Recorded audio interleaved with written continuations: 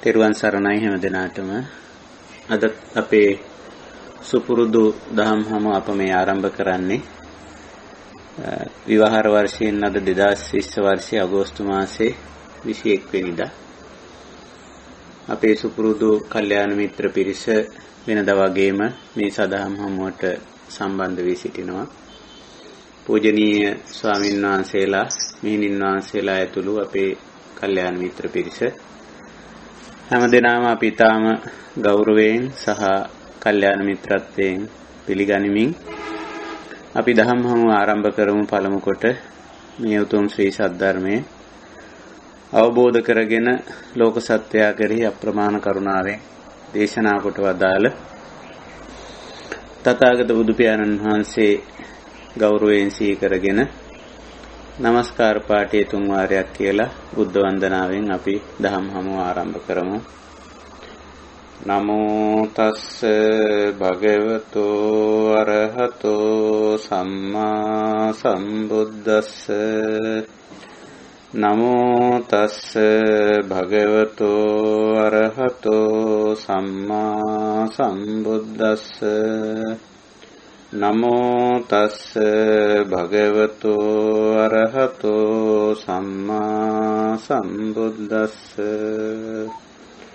සාදු සාදු සාදු. තෙරුවන් සරණයි හැම දිනාටම.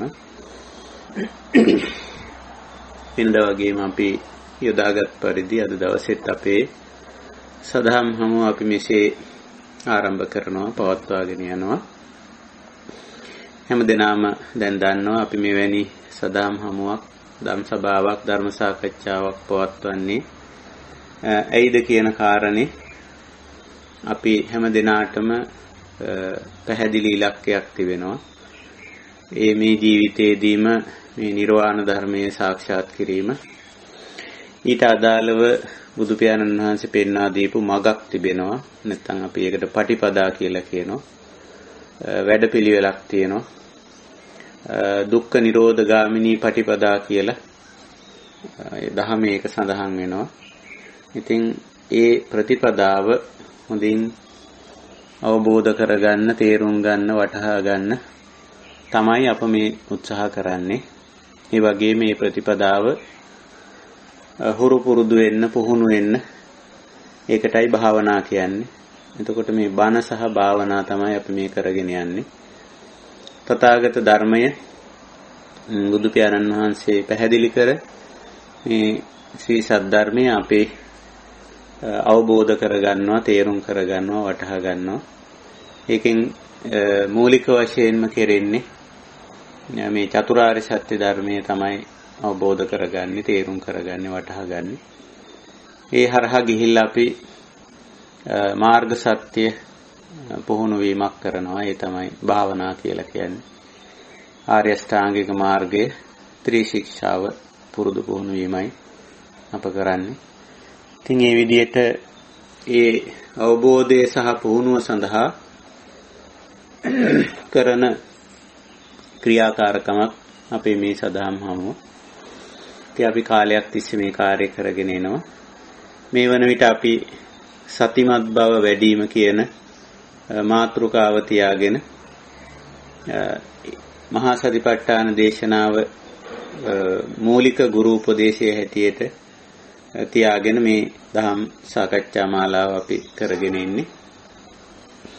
ඒ අනුව අපි මහා සතිපට්ඨාන දේශනාවේ සෑහෙන දුරක් අපි ගමන් කරලා තිබෙනවා. මහා සතිපට්ඨාන දේශනාවේ මූලික වශයෙන් අනුපස්සනා හැටියට හතරක්, අනුපස්සනා යටතේ කොටස් හතරකින් කායානුපස්සනා, වේදනානුපස්සනා, චිත්තානුපස්සනා, ධම්මානුපස්සනා වශයෙන් අනුපස්සනා හතරක් වශයෙන් ඒ එක් එක් අනුපස්සනාව තුළ කමඨහන් වශයෙන් තවත් රාශියකුත් දේශනා වෙලා තිබෙනවා. ඉතින් ඒ කමඨහන් තමයි අපි මේ සාකච්ඡා කරන්න විමසන්නේ. ඉතින් කායානුපස්සනාව, ආනාපාන පබ්බ, ඉරියාපත පබ්බ, සම්පජාන පබ්බ කියලා සති සති ගුණය දියුණු කරගන්න. සිහිනුවන වීර්යය කියන මූලික කුසලතා තුන නැත්නම් ඉන්ද්‍රිය ධර්ම තුන වර්ධනය කර ගැනීමට අවශ්‍ය මූලික කමඨහන් තුනක් දේශනා කළා. ඒ වයින් තමයි අපි සිහිනුවන වීර්යය කියන මේ මූලික ගුණාංග තුන අපි වර්ධනය කරගන්නේ. ඒ වගේම අපි මේ කමඨහන් තුන සාමාන්‍යයෙන් කවදාවත් අතහරින්නේ නැති කමඨහන්. ආනාපාන සති හැකි හැම වෙලාවෙම අපේ ස්වභාවික දෙයක් වන අපේ හුස්මට සාවධාන වෙනවා, සතිමත් වෙනවා, ඒ තුල ඉන්නවා. එතකොට අපේ සති ගුණය ඒ වගේම දිගටම එහි රැඳී සිටීම නිසා වීරිය, එහි ඉන්නකොට එහි ගතිගුණ අවබෝධ වීම, අන්තිමට ආනාපානය අනිත්‍ය අනාත්ම ධර්මයක් විදිහටම අපි ප්‍රත්‍යක්ෂ කරගන්නවා. ඒ දක්වා අපිට මේ ආනාපාන සතිය ගෙනියන්න පුළුවන්. එතනින් සිහිය, විමසුම් නුවණ සහ වීරිය කියන ගුණාංග වැඩෙනවා. ඊට පස්සේ අපි ඉරියව් පැවැත්වීම කියන එක දැන් අර අපි පුරුදු වෙන්න ඕන. ස්වභාවික ඉරියව් පවත්වමින් එක්තරා කෘත්‍රිම ගතියක් තියෙනවා. ඉරියාපත පබ්බේදී අපි ආරම්භ කරනකොට ඉරියව්ව හිතාමතා පවත්වමින් ඒ ඉරියව්වේ සතිය පැවැත්වීම. නමුත් දැන් අපි පුරුදු වෙන්න ඕන පැවැත් වෙන ඉරියව්වේ සතිය පවත්වන්න. ඒ කියන්නේ ඉරියව්වක් කියන එක අපි හිතාමතා පවත්වන්නත් පුළුවන්. කායික අවශ්‍යතාවය, අපේ වැඩ ආදී දේවල් වලට ඉරියව්වට අපි මාරු වෙන්නත් පුළුවන්. ඉරියව්ව ඉබේ කෙරෙන්න පුළුවන්. පැන නගින ඉරියව්ව, මතුවෙන ඉරියව්ව කියලා අපි ඒකට කියන්න පුළුවන්. ඒකේ සිහිය පැවැත්වීම හුඟක් හොඳයි. Taman ස්වභාවික විදියට ඇවිදගෙන යනවා නම් මේ ඇවිදගෙන යනවා කියන කාරණේ දැන ගැනීම වැදගත්. ඒ ඇවිදගෙන යනවා වෙන්න පුළුවන්, කුමක් හෝ කාර්යයක් සඳහා ඇවිදිනවා වෙන්න පුළුවන්. වාඩි වෙලා ඉන්න පුළුවන් කිසියම් හේතුවක් නිසා. ඒ වගේම හිටගෙන ඉන්න පුළුවන් කිසියම් තැනක කිසියම් හේතුවක් නිසා. පැතිරී සිටින්නත් පුළුවන් යම් හේතුවක් නිසා. එතකොට ඒ හේතුව කෙසේ වෙතත් අපි එතන සිහිනුවන පැවැත්වුවොත් ඒ ඉරියව්ව නිසි ආකාරයෙන් පැවැත්වීමේ හැකියාව අපිට ලැබෙනවා. ওই විදිහට ස්වභාවික ඉරියව්වේ සතිය පවත්වන්න අපි හුරු පුරුදු වෙමු. අර කෘත්‍රිම ගතිය අත්හැරලා. ආනාපානයට උනත් අපි කෘත්‍රිම ගතිය අත්හැරලා ස්වභාවික ඉරියව්වේ සතිය පවත්වන්න උත්සාහ කරමු. ඊළඟට සම්පජාන පබ්බේ තුන්වෙනි ඉරියව්වේදී නිතරම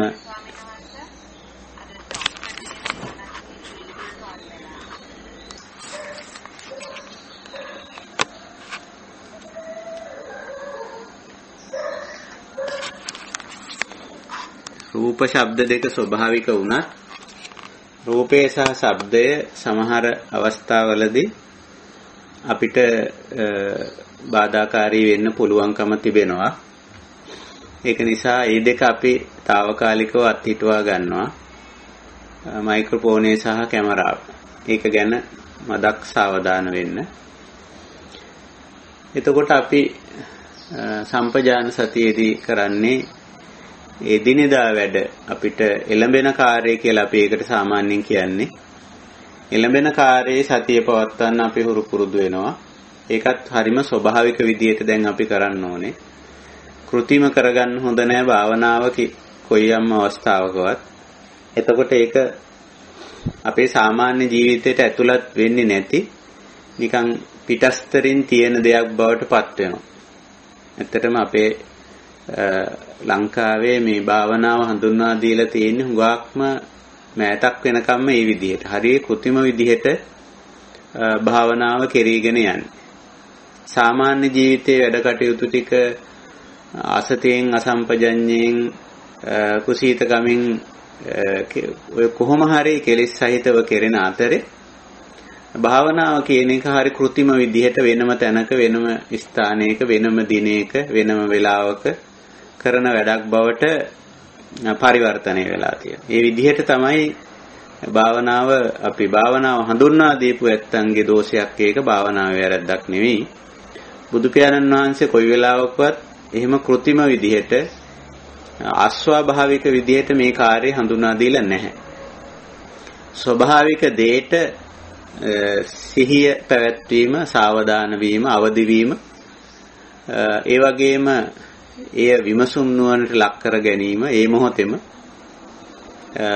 එසේ ලක් කරද්දී අපි සාමාන්‍යයෙන් දන්නවා මේක නොවිය යුතුයි, මේක විය යුතුයි කියලා.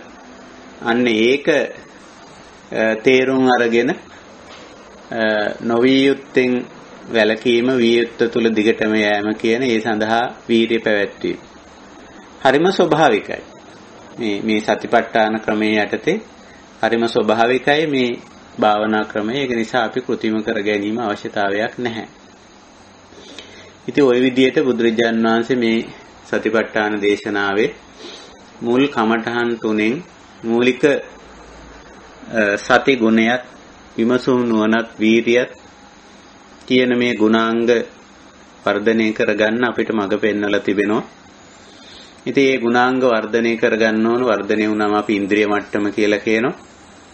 ඒ වගේම අර ස්වභාවිකත්වයේ තුල මේක යෙදෙනවා නම් සාමාන්‍ය ජීවිතයේ තුල අපි කරන කියන දේවල්, හිතන පතන දේවල්, කතා බහ කරන දේවල් එළඹෙන කාර්යෙහිලා සිහිනුවන යෙදෙනවා නම්, අපි යොදනවා නම් එතකොට ඒක බල ධර්මයක් බවට පත් වෙනවා. ඒ බල ධර්මයක් කර ගැනීමෙන් තමයි අපි මේ ක්ලේශ ධර්මයන් දුරු කිරීම කියන කාර්යය කරන්න පුළුවන්කම තියෙනවා. ඉතින් ওই විදිහට මේ සිහිනුවන වීරිය කියන මූලික ගුණාංග තුන තමයි මේ සතිපට්ඨාන භාවනා ක්‍රමයේ ඉදිරියට යන්නේ. ඒක තමයි පදනම, බේස් එක. නිතරම සක්‍රියව තියාගන්නේ ඒක. ඉතින් මේක හරියට මම උපමාවකින් කිව්වා, මේ හැමෝම දැකලා තියෙන මේ ගුවන් යාන නංගනවා බස්සනවා කියන අවස්ථා දෙක. ඒක ටිකක් සංකීර්ණ අවස්ථා දෙකක්. ගුවන් යානේ පැත්තෙන් බැලුවොත් මේ අවස්ථා දෙකේදීම රෝද තුනක් එළියට එනවා ගුවන් යානේ. එතකොට මේ රෝද තුන හරියට ක්‍රියාත්මක කෙරුණොත් තමයි ගුවන් යානය ගුවන්ගත කරන්න හෝ නැත්නම් නැවත පොළොවට බස්සන්න පුළුවන්කම ලැබෙන්නේ. එතකොට මේකේ පුදුම විදිහේ ක්‍රියාකාරීත්වයක් මේ මොහොතේ තියෙනවා. එක පැත්තකින් ගුවන් යානේ බර දරනවා මේ රෝද තුන.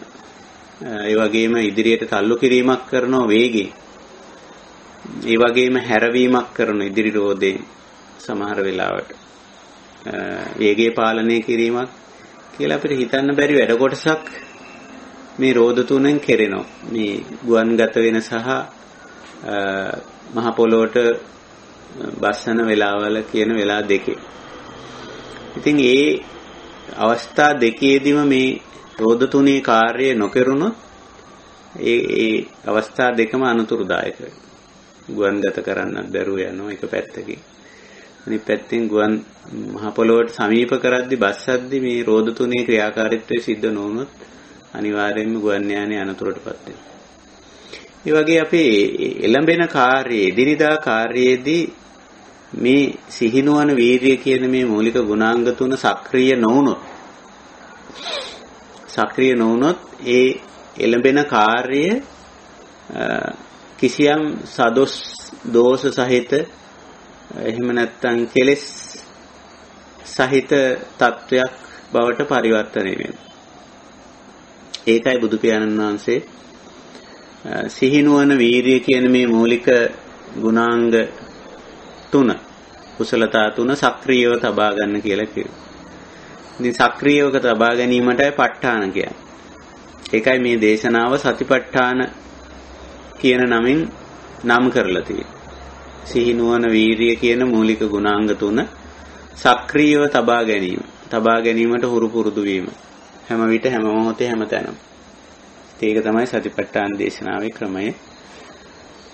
ඉතින් ওই විදිහට අපි ওই පුහුණුව ඇති කරගත්තයින් පස්සේ සාමාන්‍යයෙන් වෙනත් කමඨහන් වලට හිත යොමු කිරීමකුත් අපිට පේන්න තියෙනවා වෙනත් ධර්මයේ වෙනත් පැතිවලට ගිහිල්ලා බැලුවොත් දැන් එතන ඉඳලා සතිය කුසලමය අරමුණු වලට පුරුදු කරන්න පුහුණු කරන්න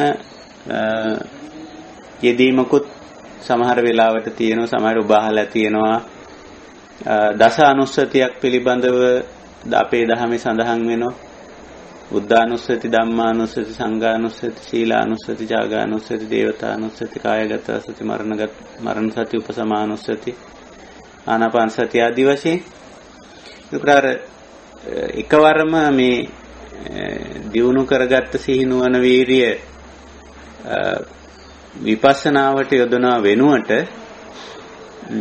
ඊට වඩා වෙනස් විදිහේ කුසලමය අරමුණු වලට සිත යෙදවීමකුත් නැත්නම් සිහිනුවන යෙදීමකුත් අපේ ධර්මයේ පේන්න තියෙනවා.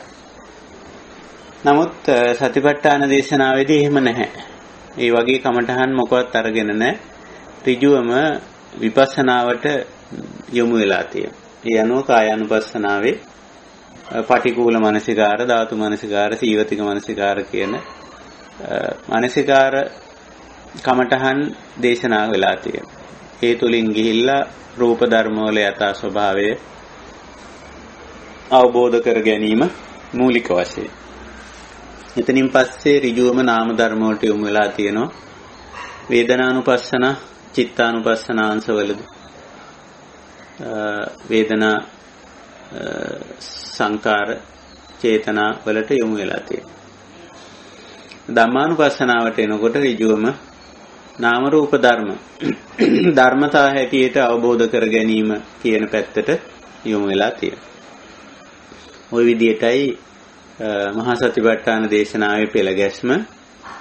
ඉතින් ධම්මානුපස්සනාවෙත් තිබෙනවා නීවරණ පබ්බ, කන්ද පබ්බ, ආයතන පබ්බ, බොජ්ජංග පබ්බ සහ සච්ච පබ්බ කියලා කොටස් වශයෙන්, පබ්බ කියන්නේ කොටස කියන එකයි, කොටස් වශයෙන් දක්වලා තියෙනවා. අපි දැන් මේ සච්ච පබ්බේට එළඹිලා තියෙනවා. සච්ච පබ්බේත් අපි පහුගිය අවස්ථාවේ දුක්ඛ සත්‍ය කොටස සාකච්ඡා කරලා නිමා කළා. ඉතින් අද අපි බලාපොරොත්තු වෙන්නේ සමුදය සත්‍ය කොටසට අවධානය යොමු කරන්න. දේශනාවට අපි ගියොත් දේශනාවේ මෙහිමයි සමුදය සත්‍ය ආරම්භ කරන්නේ මහා සතිපට්ඨාන දේශනාවේ. කතමංච බික්ඛවේ දුක්ඛ සමුදයං අරිය සත්‍යං යායන් තණ්හා පෝනෝ භවිකා නන්දි රාග සාගතා తත්‍ර తත්‍රාබිනන්දිනී සේයති ඉදං කාම තණ්හා භව තණ්හා විභව තණ්හා කියලා මේ සමුදය දුක්ඛ සමුදයං අරිය සත්‍යං. මෙතන සමුදය සහ දුක්ඛ සමුදය කියන දෙකත් අපි පොඩ්ඩක් වෙනම සාකච්ඡා කරන්න අවශ්‍යයි. සමුදය කියන වචනේ, පාලි වචනේ හට ගැනීම, යමක් හට ගැනීම නැත්නම් හට ගැනීමට හේතුව, මූල හේතුව කියන අදහස තමයි සමුදය කියන වචනේ තියෙන්නේ. එතකොට ඕනම දෙයක් හට ගැනීමට මූලික හේතුවක් තියෙනවා. ඒකට හේතු කියනවා. ඊළඟට ඒට ආධාර වෙන වෙනත් උපකාර වෙන වෙනත් දේවලුත් තියෙන. ඒවට කියන ප්‍රත්‍ය කියලා. හේතු ප්‍රත්‍ය. එතකොට පොදුවේ ගත්තොත් සමුදය කිව්වම අදහස් වෙන්නේ ඕනම දෙයක් ඇති වෙන්න, ඒ වගේම පවතින්න, නැති වෙන්න, ඒකේ ගුණාංග වෙනස් වෙන්න, ගති ගුණ වෙනස් වෙන්න හේතු වෙන කාරණා සමුදය කියන්න පුළුවන්. හට ගැනීම කියන අර්ථය දෙන්නත් සමුදය කියන වචනේ යෙදিলা තියෙනවා. දැන් සමුදය නිරෝධ කියන වචන දෙක එකට යෙදෙන තැන්වල සමුදය ධම්මානුපස්සීවා, වය ධම්මානුපස්සීවා, සමුදය වය යෙදෙන තැන්වල හුඟක්ම සමුදය කියන වචනේ යෙදিলা තියෙන්නේ හට ගැනීම, ආරම්භ වීම, ප්‍රකට වීම, පෙනී සිටීම වගේ අර්ථ දීම සඳහා. ඒ වගේ අර්ථ දෙන්න මේක යෙදිලා තියෙනවා. කොහොම නමුත් මූලික අර්ථය දැන් මෙතෙන්දී අපි ගන්නෙ හේතුව හේතුපාදක වෙන දේ කියලා ඒ අර්ථය.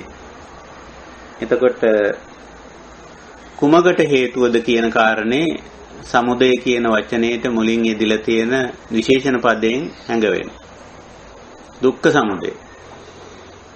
දුක කියන ස්වභාවය ඇතිවීමට හේතුව. හැටියටයි මේ දක්වන්නේ. එතකොට දුක්ඛ කියන වචනේ අපි කතා කරන්න අවශ්‍ය නැහැ නැවත. කලින් සාකච්ඡා දෙකේදී අපි දුක්ඛ කියන වචනේ පැහැදිලි කරගත්තා. ධර්මතාවයක් හැටියට දුක්ඛ කියන වචනේ ඊළඟට අපි අර්ථයට ගියා. ධම්ම අර්ථ විවහාරාර්ථයකුත් ඒකේ ධර්මාර්ථයක ගැඹුරු අර්ථයකුත් තියෙනවා කියලා. ඒ අර්ථ දෙකම අපි අවධානයට යොමු කළා. ඒ වගේම නිරුක්තිය ඒකේ භාෂාමය කාරණේ ක කියන්නේ දරා ගැනීම අර්ථය, ඉවසීම දරා ගැනීම කියන අර්ථය, දු කියන්නේ දුෂ්කරයි කියන අර්ථය. එතකොට ඉවසීමට දරා ගැනීමට දුෂ්කරයි කියන අර්ථයෙන් දුක්ඛ යෙදෙනවා. ඒක පද සංදි වීමේදී මැදට මේ කයන්න දිත්ව වීමෙන් දුක්ඛ කියලා සුඛෝච්චාරණේ පහසුවට මේ වචනේ සකස් වෙන බවත් අපි කිව්වා. ওই විදිහට ඊළඟට බුදු පියාණන් වහන්සේ නිරුක්තිය විතරක් නෙමෙයි පටිභාණයට අදාළ විවිධ පැති වලින් මේ දුක්ඛ කියන කාරණේ අපිට පෙන්වන්න පුළුවන්. දරා ගැනීමේ අපහසුතාවය ජාති වශයෙන්, ජරා වශයෙන්, ව්‍යාධි වශයෙන්, මරණ වශයෙන්, අප්පිය සංපයෝග වශයෙන්, පිය විප්‍රයෝග වශයෙන්, ඉච්ඡාලාභ වශයෙන්, ඛණ්ඩ වශයෙන්, ඛණ්ඩ උපාදාන වශයෙන් විවිධ උදාහරණ පැතිකඩයන් භාවිතයන් අධ්‍යක්ීම් හරහා දුක්ඛ ස්වභාවය අවබෝධ කරන්න පුළුවන්. ඒකට පටිභාණය කියලා කියනවා. ඔය විදිහට අපි මේ දුක්ඛ කියන එකේ සිව්පිලිසිඹියාවත් අපි කතා කරා. ධර්ම, අර්ථ, නිරුක්ති, පටිභාණ කියන. ඒක නිසා අපිට දැන් දුක්ඛ පිළිබඳව අවබෝධයක් තියෙනවා. මේ දුෂ්කරතාවය. ඒතකොට දැන් අද අපි එළඹිලා තියෙන මේ සමුදය සත්‍යයට ආවෙන් පස්සේ නැත්තම් අපි ඒකට කියනවා දුකට හේතුව කියලා. එතෙන්ට ආවෙන් පස්සේ අපි බලනවා මොකද්ද මේ දුෂ්කරතාවයට හේතුව. එතකොට ස්වභාවිකව ගත්තොත් අත් වශයෙන්ම අර කලින් කියපු දේවල් නිසා ඒවා ධර්මතා හැටියටයි අපි ගණනය කරගන්නේ. ජාති, ජරා, ව්‍යාධි, මරණ කියන ඒවා අපි දැන් පිළිගන්නේ ධර්මතා හැටියට. ස්වභාවික සංසිද්ධි විදිහට. කාගේවත් වැරද්දක්, දෝෂයක්, අඩුපාඩුවක් එහෙම මොකුත් නෙවෙයි. ඕවා පස්සේ කාලේ කර්මඵල හැටියට ඉදිරිපත් කරන්නත් උත්සාහ කරලා තියෙනවා. අටුවා යුගයට එනකොට. නමුත් බුදුරජාණන් වහන්සේ ඒවා එහෙම දේශනා කරන්නේ නැහැ.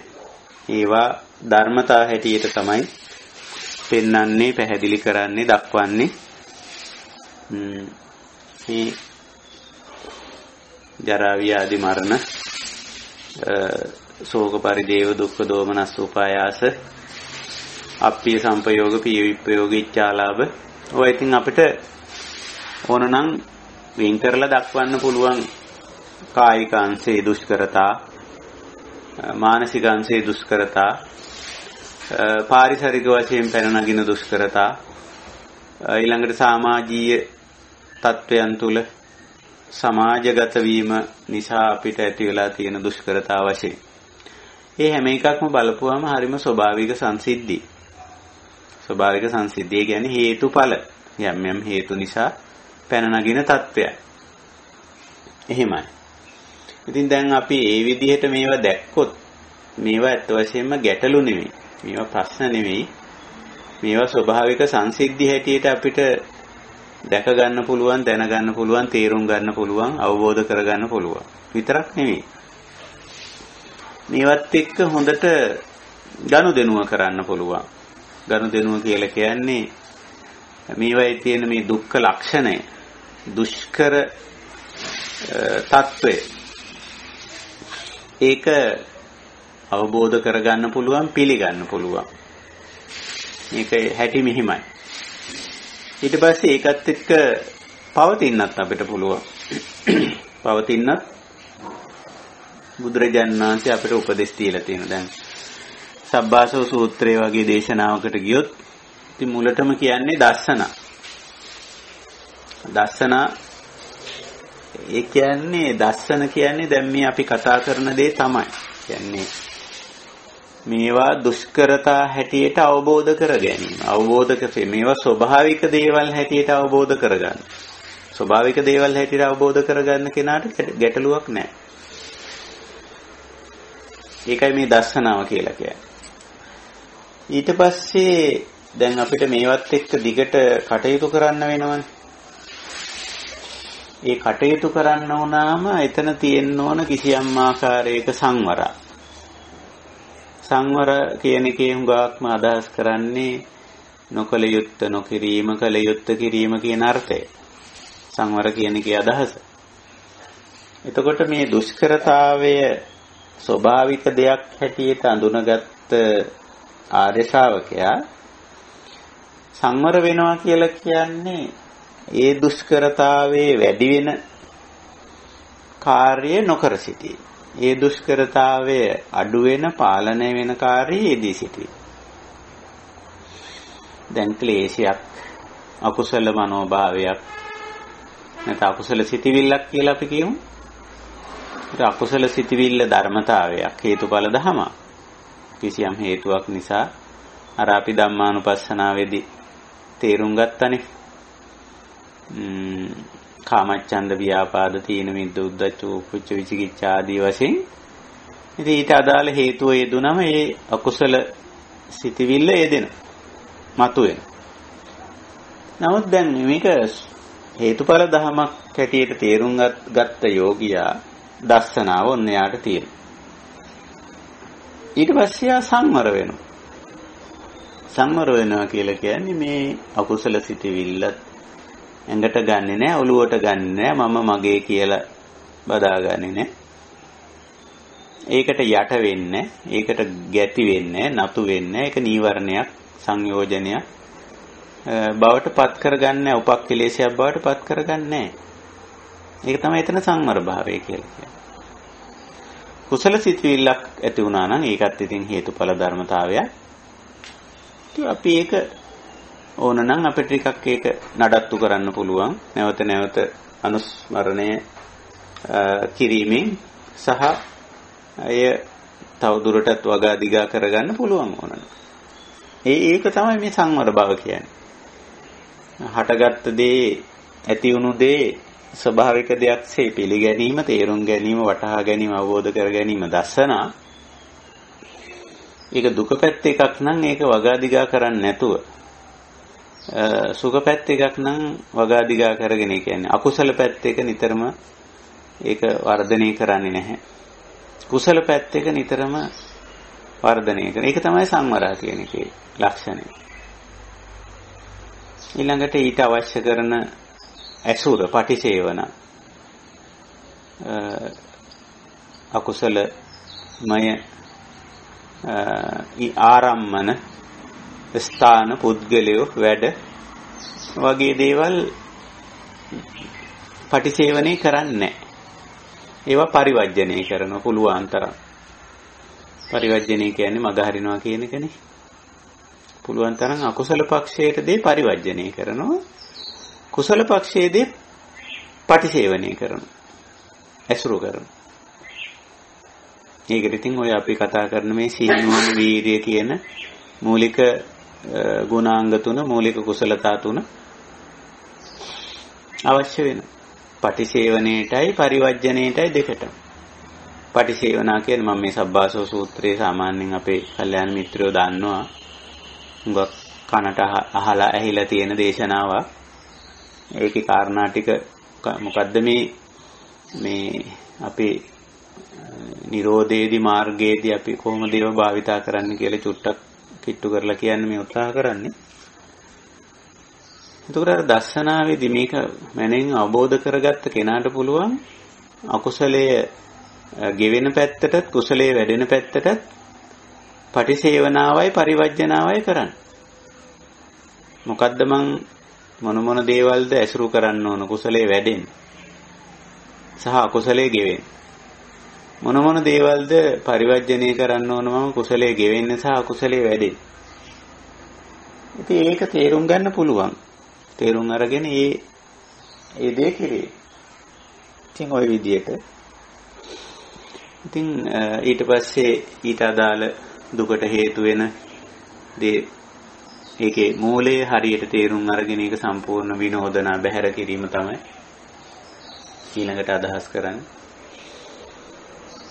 සමහර දේවල් අදිවාසනා දරා ගන්න වෙනවා. ස්වභාවික සංසිද්ධි හුඟක්ම දරා ගන්න වෙනවා. දැන් ජරා ව්‍යාධි වගේ දේවල් මතු වුණාම අප්පිය සම්පයෝගයක් පිය විප්‍රයෝගයක් වුණාම ඉතින් දරා ගන්න වෙනවා.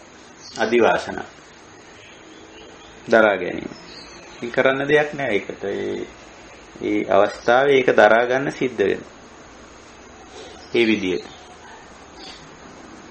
ඊළඟට භාවනා කියලා කිව්වේ අපි තවත් මේ කටයුත්තට අවශ්‍ය කරන තරම් කුසලතා වැඩිලා නැත්තම් ඒක තවදුරටත් වර්ධනය කරගැනීම. ඔන්න ඔය විදිහට මේ ස්වභාවික තත්වයන් හමුවේ අපි කොහොමද කටයුතු කරන්නේ? ඒක අකුසල වශයෙන් වර්ධනය කිරීමක් නොකර කුසල වශයෙන් වර්ධනය කරමින් අපිට මේ කාර්යය කරන්න පුළුවන්. ඉතින් එවැනි වැඩපිළිවෙලක් මේ දේශනා කරන්නේ. ඉතින් අපි මේ සමුදය සත්‍ය ගැන අද ටිකක් අවධානය යොමු කරන්නේ. එතකොට දුක්ඛ කියන්නේ ඔය දුෂ්කරතාවයේ ස්වභාවික වශයෙන් ඇති වෙන සමුදය කියන්නේ ඒක හට ගැනීම. ඒක ආරම්භය නැත්නම් ආරම්භ කිරීමේ හේතුව. එතකොට මේ දේශනාවේදී එහෙම නැත්නම් තවත් බොහෝ දේශනාවලදී බුදුරජාන් වහන්සේ එකම ආකාරයෙන් දුක්ඛ සමුදය පැහැදිලි කරනවා. මේ කියන්නේ දුක හට ගැනීම. කොහොමද පැහැදිලි කරන්නේ? යායන් තණ්හා පෝනෝ භවිකා නන්දි රාග සාගතා తත්‍ර తත්‍රා බිනන්දිනී සේයති ඉදං කාම තණ්හා භව තණ්හා විභව තණ්හා ආදී වශයෙන්. එතකොට යායන් තණ්හා යම් ආකාරෝ මේ තෘෂ්ණාවක් වේද ඒක තමයි මේ දුක්ඛ සමුදය කරන්න හේතුව. මේ දුෂ්කරතාවේ මතු කරන්න හේතුව. ඉතින් මේක ටිකක් මේ තණ්හා කියන වචනේ නැත්තම් ඒක ටිකක් ගැඹුරින් අපි අවබෝධ කරගන්න ඕන කාරණයක්. තණ්හා කියන වචනේ අපි මීට කලින් සාකච්ඡා වෙලා තියෙනවා. කොහොමද මේ ස්වභාවය ඇති වෙන්නේ කියලා. හේතුඵල ධර්මානුකූලව බැලුවොත් වේදනා පත්‍ය තණ්හා. වේදනාව විඳීම නිසායි මේක ඇති වෙන්නේ. තණ්හාව කියන එක. එතකොට තණ්හාව කියන එකට අපේ තියෙනවා සාමාන්‍ය අර්ථයක් තියෙනවා. අපි අර අත්ත චතුපටි සම්බිදාවේ දෙවෙනි එකට ආපුවාම දැන් තණ්හා කියන ධර්මතාවය ඒ මනෝභාවයක් කියලා අපි ගමු, නාම ධර්මයක් කියලා ගමු. නාම රූපයක් විදිහටම ගන්න එක තමයි හොඳ. ඒ තණ්හා කියන නාම ධර්මයට විවහාරාර්ථයකුත් තියෙනවා, ධර්මාර්ථයකුත් තියෙනවා. විවහාරාර්ථයේ තියෙන තණ්හාවට නිකන් ලෝභකම ආශාව වගේ නිකන් ඒ වගේ අර්ථයක් දීලා තියෙනවා. ඒක ඉතින් ඔය කවුරුත් දන්නවනේ. ඒක ධර්මාර්ථය නෙවෙයි. ඒක සාමාන්‍යයෙන් කවුරුත් තණ්හාව කිව්වම මේ ඒක කවුරුත් දන්න. නමුත් ධර්මයේදී ඒක පැහැදිලි කරන්නේ වේදනාපච්චය තණ්හා. තණ්හා කියලා කියන්නේ මේ විඳීම නිසා ඇති වෙන බැඳීම. අපි විඳීම කියන එක කරන දෙයක්. අවශ්‍ය දෙයක්. කවුරු හරි කිව්වොත් විඳීම අවශ්‍ය නැහැ කියලා ඒක නිකන් බොරුවක්. විඳීම ස්වභාවිකයි, විඳීම අවශ්‍යයි. ඒ විඳීම ස්වභාවිකයි කියලා කියන්නේ මේ සත්වයාගේ පැවැත්මට ආධාරක වෙන කාරණා වලින් විඳීම බොහොම ප්‍රබල එකක්. මේකයි වේදනානුපස්සනා කියලා වෙනමම අනුපස්සනාවක් බුදුරජාන් වහන්සේ ඉදිරිපත් කරන්නේ සතිපට්ඨානෙ. මේ වින්දනය ෆීලිං ඒක අවශ්‍යයි. කයටයි මනසටයි දෙකටම අවශ්‍යයි. ඒකෙදි තුඟක් වෙලාවට සුඛ වේදනා පැත්ත තමයි අපි සාමාන්‍යයෙන් ඉලක්ක කරගන්නේ අල්ලන්නේ. අපේ ජීවිතේ අපි කරන වැඩ කටයුතු දිහා ටිකක් විමසුම් නුවණින් බැලුවොත් ඒවයි හුඟක් ඉලක්ක වෙලා තියෙන සුඛ වේදනා. මානසික වේවා කායික වේවා සුඛ වේදනා ඉලක්ක වෙලා තමයි ජීවිතේ මුළු ලෝකෙම මිනිස්යන්ගේ වැඩපිළිවෙල ඉලක්ක වෙලා යන්නේ. සත්තු බැලුවත් එහෙම ඒගොල්ලෝ නිතරම උත්සාහ කරනවා සුඛ වේදනීය තත්වයක් සඳහා. රූප වශයෙන්, ශබ්ද වශයෙන්, ගන්ධ වශයෙන්, රස වශයෙන්, ස්පර්ශ වශයෙන්, කරුණු කාරණා වශයෙන් අපි මේ අසුරු කරන්නේ ආශ්‍රය නිශ්‍රය කරන්නේ හුඟක්ම සුඛ වේදනාව ඉලක්ක කරගෙන. අනිත් පැත්තෙන් දුක් වේදනාවෙන් පලා යාමට අපේ උත්සාහයකුත් තියෙනවා. ඒක ඉලක්ක වෙලත් වැඩ කෙරෙනවා. අදුක්ඛම සුඛ වේදනා ඒ තරම්ම තේරුම් අරන් ඉන්නවද කියලා දන්නේ නැහැ. ඒක ඉතින් ආර්ය මාර්ගයට ආවයින් පස්සේ තමයි අදුක්ඛම සුඛ වේදනා తত্ত্বය අවබෝධ කරගන්නේ. තේරුම් අරගන්නේ. කොහොම නමුත් වේදනා කියන ස්වභාවය ස්වභාවික දෙයක්. ඒක ස්වභාවික ධර්මතාවයක්. ඒක කාගේවත් වැරද්දක් අඩුපාඩුවක් දෝෂයක් එහෙම නෙමෙයි. කර්ම ගෙවනවා නෙමෙයි වේදනා කියලා කියන්නේ. ඒ වගේ වැරදි අර්ථකථන දෙන්නත් පසු කාලීනව මේ සමහර අය පුරුදු වෙලා තියෙනවා. වේදනාව කර්ම ගෙවීමක් කියලා. එහෙම එකක් නෑ. ඒක ස්වභාවික හේතුඵල ධර්මතාවයක්. මේ මොහොතේ යෙදුනද යම්කිසි වින්දනයේට අවශ්‍ය දේ යෙදුනට පස්සපච්චය වේදනානේ.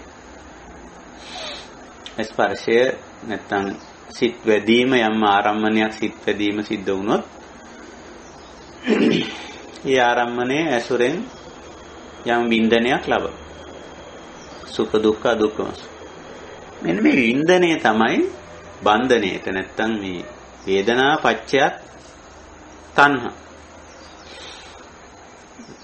මේ තණ්හා කියන එකට අපි ආශාව ලෝභකම කියන අර්ථය නෙවෙයි ගන්න. ඒක ටිකක් අර අපි කිව්වා ඒක අර විවහාර අර්ථය මිසක ඒක ධර්මාර්ථය නෙවෙයි. තණ්හා කිව්වම ඒකේ තියෙන්නේ අර වින්දනයත් සමග ඇති වෙන බන්ධනය.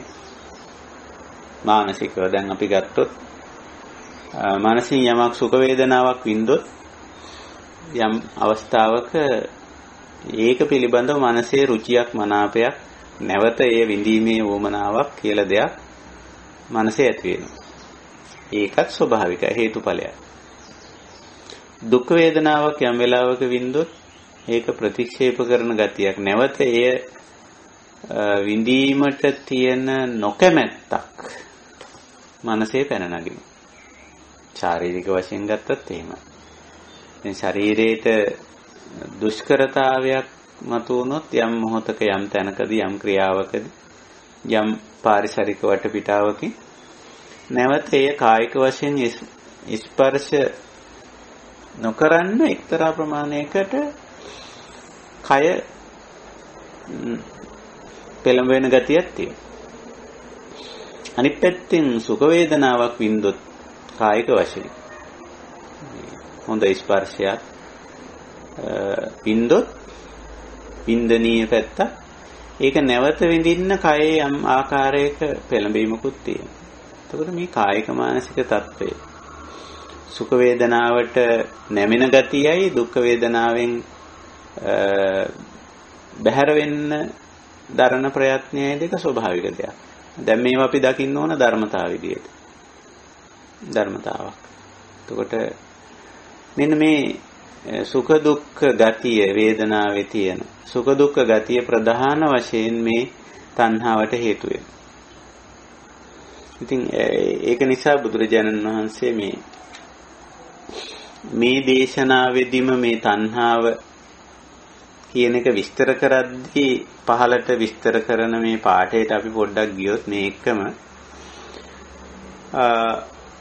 මෙහිම දේශනා කරනවා. අර තණ්හාව ගැන කියලා කාම තණ්හා, භව තණ්හා, විභව තණ්හා කියලා පොඩ්ඩක් තුනට කඩලා පෙන්නනවා මේ බන්ධනේ බැඳීම. පෙන්නලා ඊට පස්සේ මෙහිම දේශනාවක් අපට හමු වෙනවා. සාකෝපනේසා භික්ඛවේ තණ්හා කත්ත උපජ්ජමානා උපජ්ජති කත්ත නිවිසමානා නිවිසති.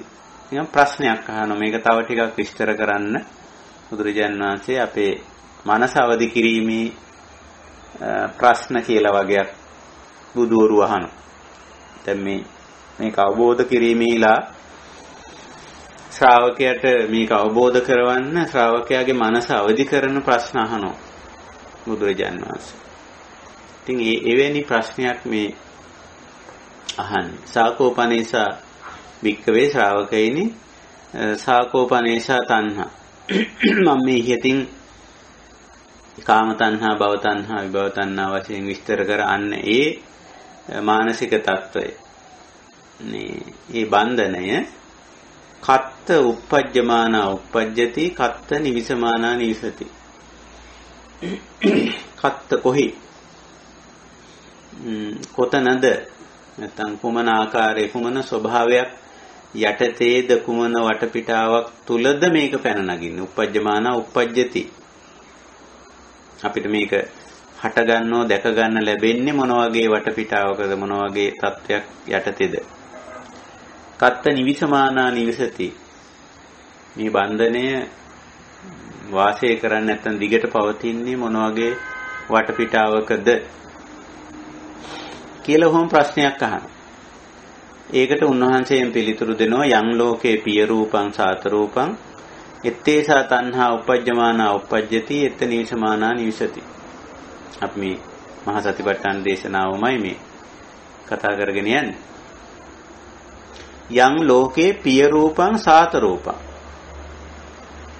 මේ ලෝකේ නැත්තම් අපි දැන් ලෝකේ කියන එක දන්නව මොකද්ද කියලා අපේ ඉන්ද්‍රිය ගෝචර වන සීමාව ඇතුළත තියෙන දේ තමයි ලෝක කියන්නේ. දහමට අනුව. ඒ කියන්නේ සාමාන්‍ය අර සම්මත අර්ථයෙන් ගත්තොත් නම් මේ ග්ලෝබ් එක ලෝක ගෝලය මොකක් හරි එකක් කියන්න පුළුවන්. නමුත් අත්පටි සම්බිදාවට ගියාම ධර්මාර්ථයේ ලෝක කියලා කියන්නේ ඉන්ද්‍රිය ගෝචර වන සීමාව. ඉන්ද්‍රිය ආරම්මන ටික. ඒකත් මේ ඊයේකවත් අදේකවත් මේ ඊයේකවත් හෙටේකවත් නෙවෙයි මේ මොහොතේ වර්තමාන මොහොතේ ඉන්ද්‍රිය ගෝචර වන ඉන්ද්‍රිය ආරම්මන ටිකදී මේ දැන් පේන රූපේ මේ දැන් ඇහෙන ශබ්දේ මේ දැන් ඇහෙන ගඳ සුවඳ මේ දැන් දැනෙන රසය මේ දැන් විඳින පහස මේ දැන් වැටහෙන මනසට වැටහෙන කාරණේ. ඒ ටිකයි ලෝක කියන්නේ. බුදුරජාණන් වහන්සේ එහෙමයි ලෝක පැහැදිලි කරන්නේ දහමට අනුව. එතකොට යං ලෝකේ පිය රූපං සාත රූපං.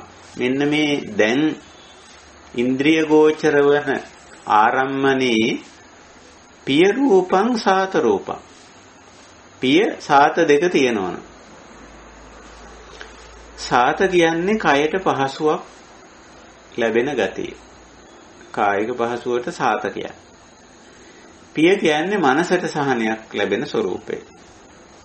එතකොට යම් කෙනෙකුට නැත්නම් යම් සත්වයකට එයාගේ ලෝකයේ කොහොමද දැන් මේ මොහොතේ පේන ඇහෙන දැනෙන වැටහෙන දේ තුල කයට පහසුවක් සහ මනසට සහනයක්.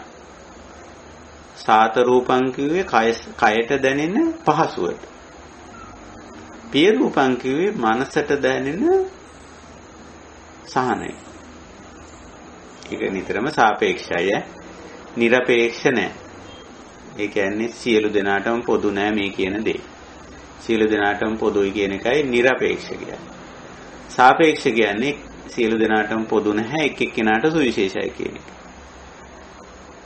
ඒක තියෙන්නේ රිලේටිව් ගතියක් තියෙන්නේ. සාපේක්ෂ ගතිය. ඒ පුද්ගලයාට තමයි ඉතින් එක්කෙනෙකුට සාත වෙන දේ තව කෙනෙකුට සාත නැහැ. එක්කෙනෙකුට පිය වෙන දේ තව කෙනෙකුට පිය වෙන්නේ නැහැ. ඒක නිසා පිය රූපය මෙතන රූප කියන්නේ ස්වභාවය කියන එකයි. ප්‍රිය ස්වභාවය සැප ස්වභාවය කියන එකයි. එතකොට මේ ස්වභාවය නැත්නම් මේ ප්‍රිය ලක්ෂණය කෙනෙකුට ප්‍රිය වුණාට තව කෙනෙකුට නොවෙන්න පුළුවන්. සැප ලක්ෂණය කෙනෙකුට සැප වුණාට තව කෙනෙකුට සැප නොවෙන්න පුළුවන්. ඒ නිසා ඒක හරීම ඕලාරිකයි. ඒක හරීම සාපේක්ෂයි. එතකොට බුදු පියාණන් වහන්සේ පැහැදිලි කරනවා යං ලෝකේ පිය රූපං සාත රූපං ettesa tanha uppajjamana uppajjati etta nivisamana nivisati. එතකොට මේ ඇහැට පේන දේ ගත්තොත් සමහර වෙලාවට රූප කියන අර්ථය මෙතෙන්දි හුඟක් වෙලාවට ගන්නේ ඇහැට පේනවයි කියන අර්ථය සලකලා තියෙනවා. මොකද එතනින් එහාට යං ලෝකේ පිය රූපං මේ කියලා ඔහොම දේශනා කළා. මේ එතනින් නතර වෙන්නේ නැහැ. මේ සෝත ගාන જીවහා කාය මන කියන ඒවත් මෙතෙන්දී ඉදිරියට අරගෙන තියෙනවා. ඒක නිසා පසින්දුරන්ටම ගෝචර වෙන දේ ඒක තමයි ලෝක කියන්නේ. එතකොට ඒ දේ තුල මේ සාත ගතිය සහ පිය ගතිය තියෙනවා නම් අන්න තණ්හා උපජ්ජමානා උපජ්ජති. මේ බන්ධනේ හැදෙන. ඒක දැන් අපි කිව්වා තණ්හා කියනකොට ගන්නේ අර ආසාව කියන අර්ථය නෙමෙයි කියලා. ආසාව කියන අර්ථය විතරක් ගත්තොත් පටොයි. ඒක නිකන් ලෝකේ මිනිස්සු තණ්හාව කියන්නේ ආසාව කියලා කියන්නේ. ධර්මයට අනුව ගන්නේ වේදනාපච්චය තණ්හා වින්දනයේ නිසා ඇති වෙන බන්ධනය. එතකොට වින්දනය සුඛ වෙන්න පුළුවන්, දුක්ඛ වෙන්න පුළුවන්, අදුක්ඛම සුඛ වෙන්න පුළුවන්. මෙතෙන්දී බුදු පියාණන් වහන්සේ මේ සාත සහ පිය කියන වචන දෙක ඉස්සරහට ගන්න. සාත කිව්වම කයට දැනෙන පහසුව, පිය කිව්වම මනසට දැනෙන සාහනය. එතකොට ඒක එක්ක බැලුව බැල්මට අපිට හිතෙනවා ඇති වෙන්නේ අර ලෝකයා කියන මේ ආශාව තණ්හාව කියන දේ කියලා. නමුත් ඒක විඳින්න බැරි වෙනවා. දැන් ඔය දුක්ඛ සත්‍යයේදී කිව්වනේ අප්පිය සංපයෝග කියලා. පිය විප්පයෝග. දැන් පිය සංපයෝග අප්පිය විප්පයෝග කියලා දෙකකුත් ඕකස්සේ තියෙනවානේ. අප්පිය සංපයෝග විතරක් නෙවෙයි අප්පිය විප්පයෝගයක් තියෙනවා. පිය විප්පයෝග විතරක් නෙවෙයි පිය සංපයෝගයක් තියෙනවා. එහෙම අපිට පටිභානයේදී එහෙම වැටහෙන්න ඕනනේ මේකේ. එක පැත්තක් කිව්වට ඒක අනිත් පැත්තත් වැටහෙන ගතිය තමයි පටිභාන කියන්නේ. ඉතින් පටිභානයට ගියාම අපි දන්නවා පිය විප්පයෝග වගේම පිය සංපයෝගයක් තියෙනවා. දැන් පිය විප්පයෝගයේදී ඇති වෙන වේදනාව මොකද්ද? ඒකේ ටිකක් අර අසාත ගතියක් තියෙනවා. නැත්තම් අමනාප ගතියක් තියෙනවා. අප්පිය ගතියක්, අසාත ගතියක් තියෙනවා. පිය සංපයෝගයේදී ප්‍රිය දේ සමග එක්වීමේදී එතන තියෙන්නේ සාතං මනාපං පිය රූපං සාත රූපං. ඒකයි ස්වභාවය. ඉතින් ওই විදිහට අප්පිය සංපයෝගය, අප්පිය විප්පයෝගය, පිය සංපයෝගය, පිය විප්පයෝගය. ඔය හැම තැනකදීම වින්දනයක් තියෙනවා. මට ඒක සුඛ වේදනාවක් වෙන්න පුළුවන්, නැත්නම් දුක් වේදනාවක් වෙන්න පුළුවන්. ඉතින් පැන නගින මේ ස්වභාවය. ඉතින් පැන නගින ඕක ධර්මතාවයක් හැටියට අපි දකින්නවා. මේක අඩුපාඩුවක්, දෝෂයක්, වැරද්දක් විදිහට නෙමෙයි. ඉතින් ඔය මහා සතිපට්ඨාන දේශනාවේදී මේ සමුදය සත්‍ය නැත්නම් තණ්හාව නැත්නම් ඇලෙන ගැටෙන මුලා වෙන ගතිය, ඒකටයි තණ්හා කියලා කියන්නේ. ඒක සමහර විට රාග බන්ධනයක් වෙන්න පුළුවන්. බන්ධනය කියන අර්ථය තමයි අපි තණ්හා කියන එකේ හරි ධර්මාර්ථය වෙන්නේ. ලෝක විවහාරයේ සමෝම කියන්නේ තණ්හා කියන්නේ ආසාවට කියලා. ලෝභකමට කියලා. ඒ වගේ අර්ථයක් තියෙනවා. මාච්චරිය වගේ එකකට තණ්හා කියන්න පුරුදු වෙලා තියෙනවා. ලෝභ කියන වචනේට තණ්හා කියන්න යොදන්න පුරුදු වෙලා තියෙනවා. ඒක මේ ලෝකේ දහමේ තණ්හා කියන්නේ බන්ධනයට. බන්ධනය හේතුවක ඵලයක්. මොකද්ද හේතුව? වින්දනය. ඒකයි වේදනාපච්චය තණ්හා කියන්නේ. ඉතින් මේක ධර්මතාවයක් හැටියට දකින්න. දැකලා මේ වින්දනයත් බන්ධනයත් දෙකටම යට නොවි. වින්දනයේ ස්වභාවිකයි.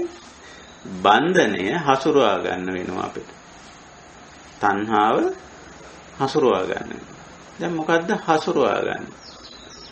දැන් සමුදය සත්‍යයට ගියොත් දැන් මෙතෙන්දී අපිට හමු නොවන පාඩයක් මහා සත්‍ය විභංග ධම්මචක්කපවත්තන වැනි සූත්‍රවලදී අපිට හමු වෙනවා චතුරාර්ය සත්‍ය දේශනා කරා.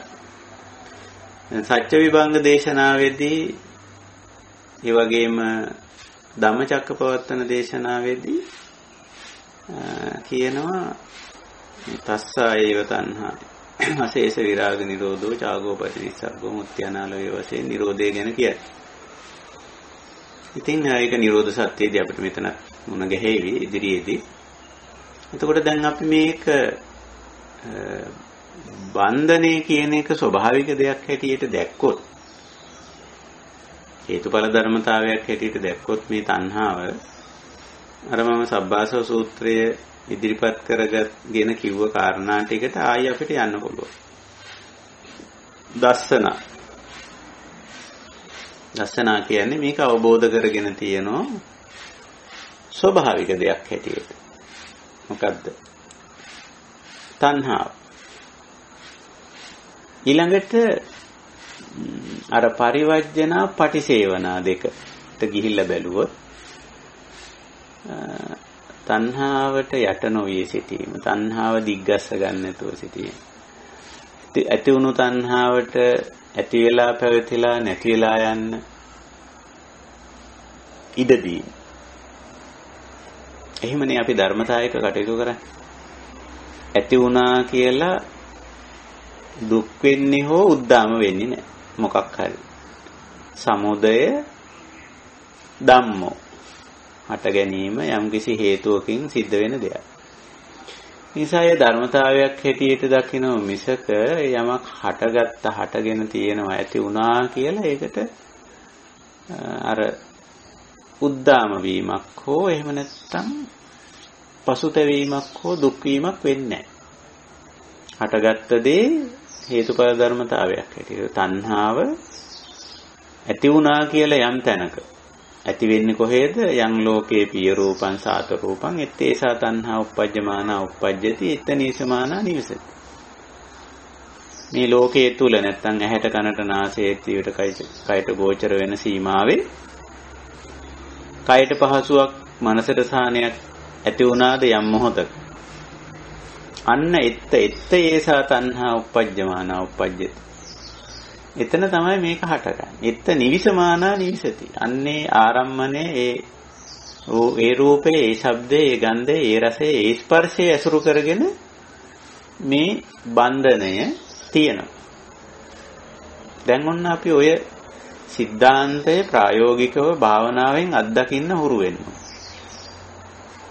ඒ කියන්නේ අපේ සාමාන්‍ය ජීවිතයට ගිහිල්ලා සාමාන්‍ය ජීවිතයේ තුලින් මේ තණ්හාව අත්දකින්න ඕන. මේ බන්ධනය. අපේ සාමාන්‍ය ජීවිතයේ අපි යම් යම් දේවල් එක්ක රාග බන්ධන, ද්වේෂ බන්ධන ඇති වෙන්න පුළුවන්. මෙන්න මේකට මං කැමතියි. මෙයාට කැමතියි. මෙතනට කැමතියි. මෙහෙම වෙනවට කැමතියි. මෙහෙම නොවෙනවට කැමතියි. එතකොට අපේ කැමති ලිස්ට් එකක් නැද්ද? ඒක බලන්න ඕනේ. ඒක ඕද නැද්ද කියන එක භාවනාවෙන් ගන්න උත්තරයක් මිසක තර්කයෙන් ගන්න උත්තරයක් වෙන්න ඕනේ නැහැ කිසි වෙලාවක. භාවනා යෝගින් අපි එහෙමයි. ඊළඟට අකමැති ලිස්ට් එකක් තියෙනවා. මෙහෙම දේවල් වලට මං කැමති නෑ, මෙහෙම අයට කැමති නෑ, මෙහෙම තැන් වලට කැමති නෑ, මේ වගේ වටපිටාවන් වලට කැමති නෑ, මෙවැනි ප්‍රතිචාර වලට මං කැමති නෑ කියලා අකමැති ලිස්ට් එකකුත් තියෙනවා. එතකොට ඒකත් අපි භාවනාවෙන් බලන්න. අපි තුරට ගිහිල්ලා මේ දේවල්. එතකොට මෙතන තියෙන්නේ මොකක්ද? කැමැති අකමැති භාවය කියන එක පැන නගින. අර දුෂ්කරතාවයේ නිසා, දුක්ඛ ස්වභාවය නිසා, දරා ගැනීමේ අපහසුතාවය නිසා. එහෙම නැත්නම් සුඛ කියන්නේ එතන දරා ගැනීම, සුඛ කියන්නේ පුළුවන්, පහසුයි කියන්නේ. දුක්ඛ තේරුපුවම සුඛත් තේරෙනවා. පටිභාණයේ තියෙන නැත්තන්ට එකයි තෝරන්න ඕන, අනික තේරෙනවා. වැටහෙන්න ඕනේද?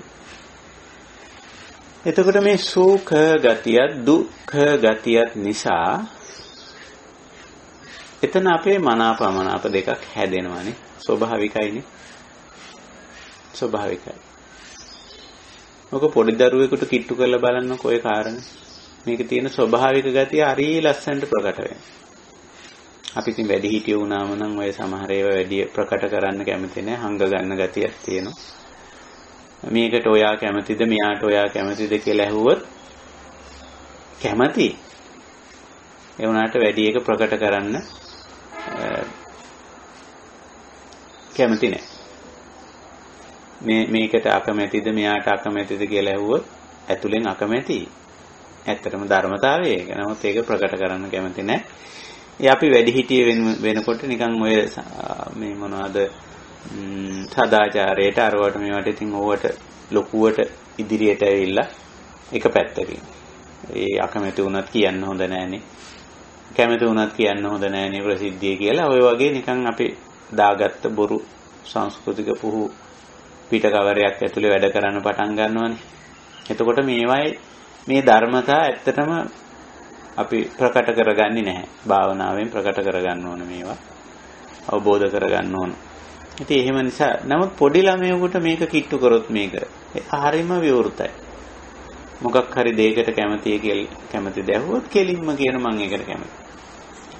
පුද්ගලයෙකුට කැමතිද කියලා ඇහුවොත් කෙලින්ම එයා කැමතියි කියලා කියනවා. මාව වඩා ගන්න කියලා. අත් දෙක දික් කරමු. නේ? දැන් අපිට අත් දෙක දික් කරන්න ඕනකම තියෙනවා. වැඩි හිටියට ඒ උනාට දික් කරන්නේ. ඇයි ඒක හරි නෑ. ඒක සදාචාරයට ගැලපෙන්නේ නැහැ කියලා. පොඩි ළමයා ගෙම ගන්න. පිය රූපං සාත රූපං ස්වභාවිකව ඒක මේක ධර්මතාවයක් හැටියට ප්‍රකට කරනවා. අපි මේක ධර්මතාවයක් හැටියට බාර ගන්න ප්‍රකට කරන්න කැමති නෑ. වැඩි හිටි වෙනකොට. ඒ වගේම අනිත් පැත්තටම පිය රූපේ සාත රූපේ විතරයි බුදුරජාණන් වහන්සේ මෙතෙන්දි කියලා තියෙන. අපිට පටිභාණයේ තියෙන්න ඕන අප්පිය අසාත කියන දෙකත් ඒකම තේරුම් ගන්න. පිය රූපේ සාත රූපේ විතර නේ. අප්පිය රූපේ අසාත රූපේ දෙක එහෙමමනේ. අපි යම් කිසි දෙයකට මේ ඇහැට කනට නාසයට දිවට කයට මනසට ගෝචර වෙන දේ තුල දුක්ඛ වින්දනයක් තියෙනවා නම් ඉතින් ඒකට ඇත්ත වශයෙන්ම කැමති නෑ. හැබැයි අපෙන් ඇහුවොත් එහෙම මේකට අකමැති නේද කියලා අපි ඒක වැඩි ප්‍රසිද්ධිය කියන්න කැමතියි. අකමැති වුණත් ඉතින් ඕක හිතේ තියාගෙන ඉන්නව මිස ප්‍රකට කරන්න කැමති නෑ. ඒ ලක්ෂණය තියෙන. හැබැයි මේක ධර්මතාවයක්, ස්වභාවයක්, ස්වභාවික සංසිද්ධියක්. හේතුඵල ධර්මතාවයක්. ඉතින් අන්නේ ඒ විදිහට අපි භාවනාත්මක වෙලා අපි තුලින් මේ පිය රූපං සාත රූපං අප්පිය රූපං අසාත රූපං දකින්නවා.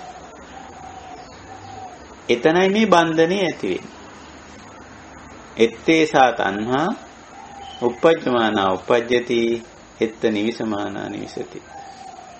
ඔය විදිහට ඕක අපිට දැක ගන්න පුළුවන්. ඒක අපි භාවනාවෙන් දකින්න ඕන, අවංකව දකින්න ඕන.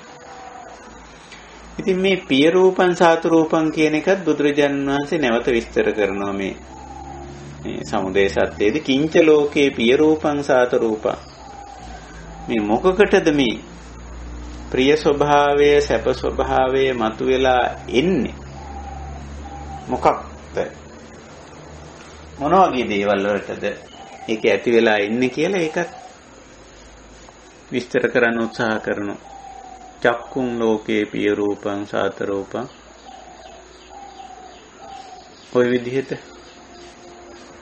ඇස, සෝතං, ගානං, ජීවහා, කායෝ, මනෝ කියලා මේවා ගැන අපි ඉතින් දන්නවනේ. ඉන්ද්‍රිය 6. ඒ විතරක් නෙවෙයි. ඉන්ද්‍රිය 6ට ගෝචර වෙන දේ.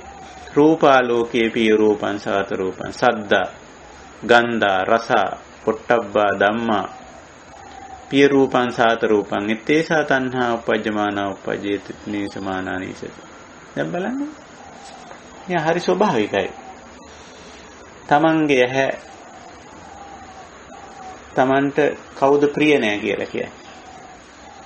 තමන්ගේ කන කියලා කියන්නේ මේ කනේ ස්වභාවය හැඩේ නෙමෙයි. හැඩේට සමහරු ප්‍රිය ඇති. නමුත් කනේ ඇහෙන ගතියට මේ සෝතං කියන්නේ. චක්කුන් කියන්නේ ඇහි පේන ගතියට. චක්කු ප්‍රසාදයට, සෝත ප්‍රසාදයට.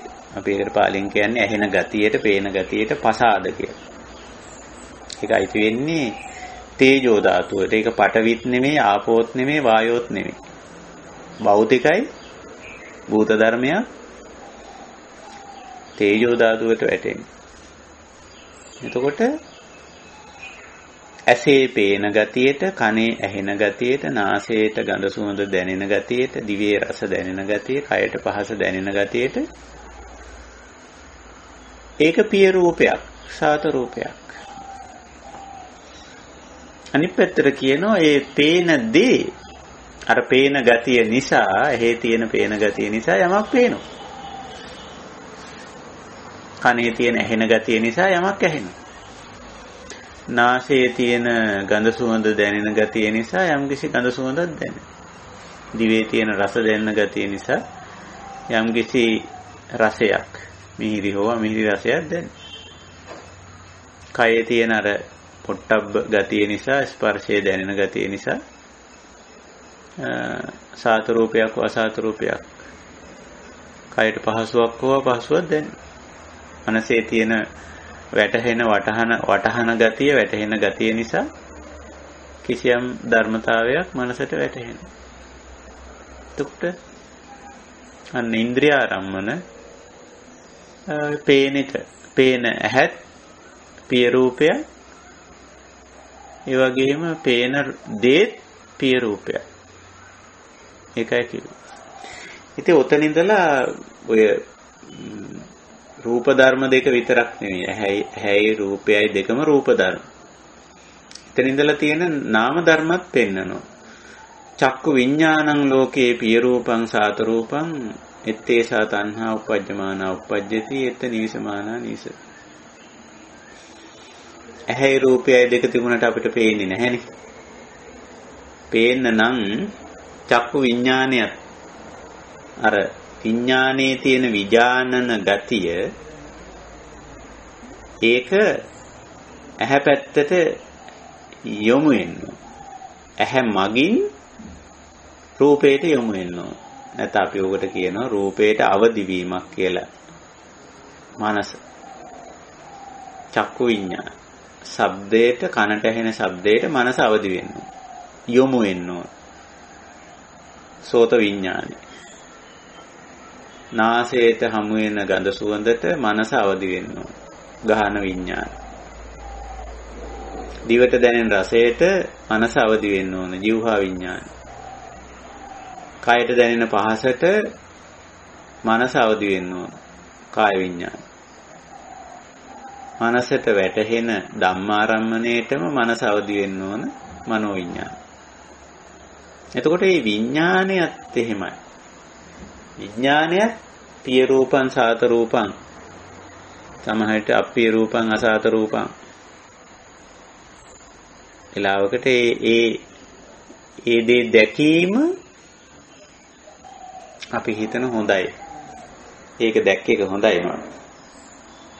කියලා ඒක එතන ඉඳලා ඒක පිළිබඳ මනාපයක් ඇති වෙන්න පුළුවන්. එහෙම නැත්නම් ඒක දැක්ක එක නොදකින්නයි තිබ්බේ. නොදකින් කියලා කියන්නේ නොදකින්නයි තිබ්බේ කියලා ඒකට කිසියම් ආකාරයක එතන ඉඳලා ඒකත් එක්ක ඇති කරගන්න අර බන්ධනය දේශ බන්ධනයක් කරගන්න. නොදකින්න ඕන එකක් දැක්ක කියලා. දකින්න ඕන එකක් දැක්ක කියලා රාග බන්ධනයක් හදාගන්න. රාග බන්ධනයක් ඇති වෙනවා. නොදකින්න ඕන එකක් දැක්ක කියලා දේශ බන්ධනය ඇති. අකමැත්තක් ඇති වෙන්න පුළුවන්. සමහරවිට අපි බලාපොරොත්තුෙන් බලාගෙන ඉන්න දේ නෙමෙයි ඒ වෙලාවේ පේන්නේ. සමහරවිට වෙන දෙයක් එතෙන්ට ඇවිල්ලා ඇහැ ඉස්සරහට ඇවිල්ලා වෙන දෙයක් පේන්න පුළුවන්. නේ? අපි යහපත් දෙයක් අපේක්ෂා කරගෙන ශ්‍රවණය කරන්න බලාගෙන ඉන්න අවස්ථාවේ හේතුඵල ධර්මානුකූලව ඊට ප්‍රතිවිරුද්ධ දෙයක් ඒ අපේ ඇහැ ඉස්සරහට එන්න පුළුවන්. එහෙම නැත්තම් සවන් දෙන්න බලාපොරොත්තුෙන් ඉන්න දෙයක් බලාපොරොත්තුෙන් ඉන්නකොට ඊට ප්‍රතිවිරුද්ධ දෙයක් ශ්‍රවණය වෙන්න පුළුවන්. ඒකම ශ්‍රවණය වෙන්නත් පුළුවන්. ඊටත් වැඩිය හොඳ දෙයක් ශ්‍රවණය වෙන්නත් පුළුවන්. මේක හේතුඵල ධර්මානුකූලව. එතකොට ඒක ධර්මතාවයක් විදිහටයි අපි ගන්න. ඇහැ ධර්මතාවයක්. ඇහැට පේන දේ ධර්මතාවයක්. ඒ ඇහැ ඉස්සරහට පේන දෙයක් නැත්නම් රූපයක් ආපුවාම ඒ පිළිබඳව මනස අවද වීම චක්කු විඥාන ධර්මතාවයක්. තවත් ඉස්සරහට දේශනා කරන බුදුරජාණන් වහන්සේ චක්කු විඥාන වලින් නතර වෙන්නේ නැතුව මේ ඊළඟට විඥාන ළඟට තියෙන ඉතින් තින්නම් සංගතිය වුණාම පස්සෝනේ.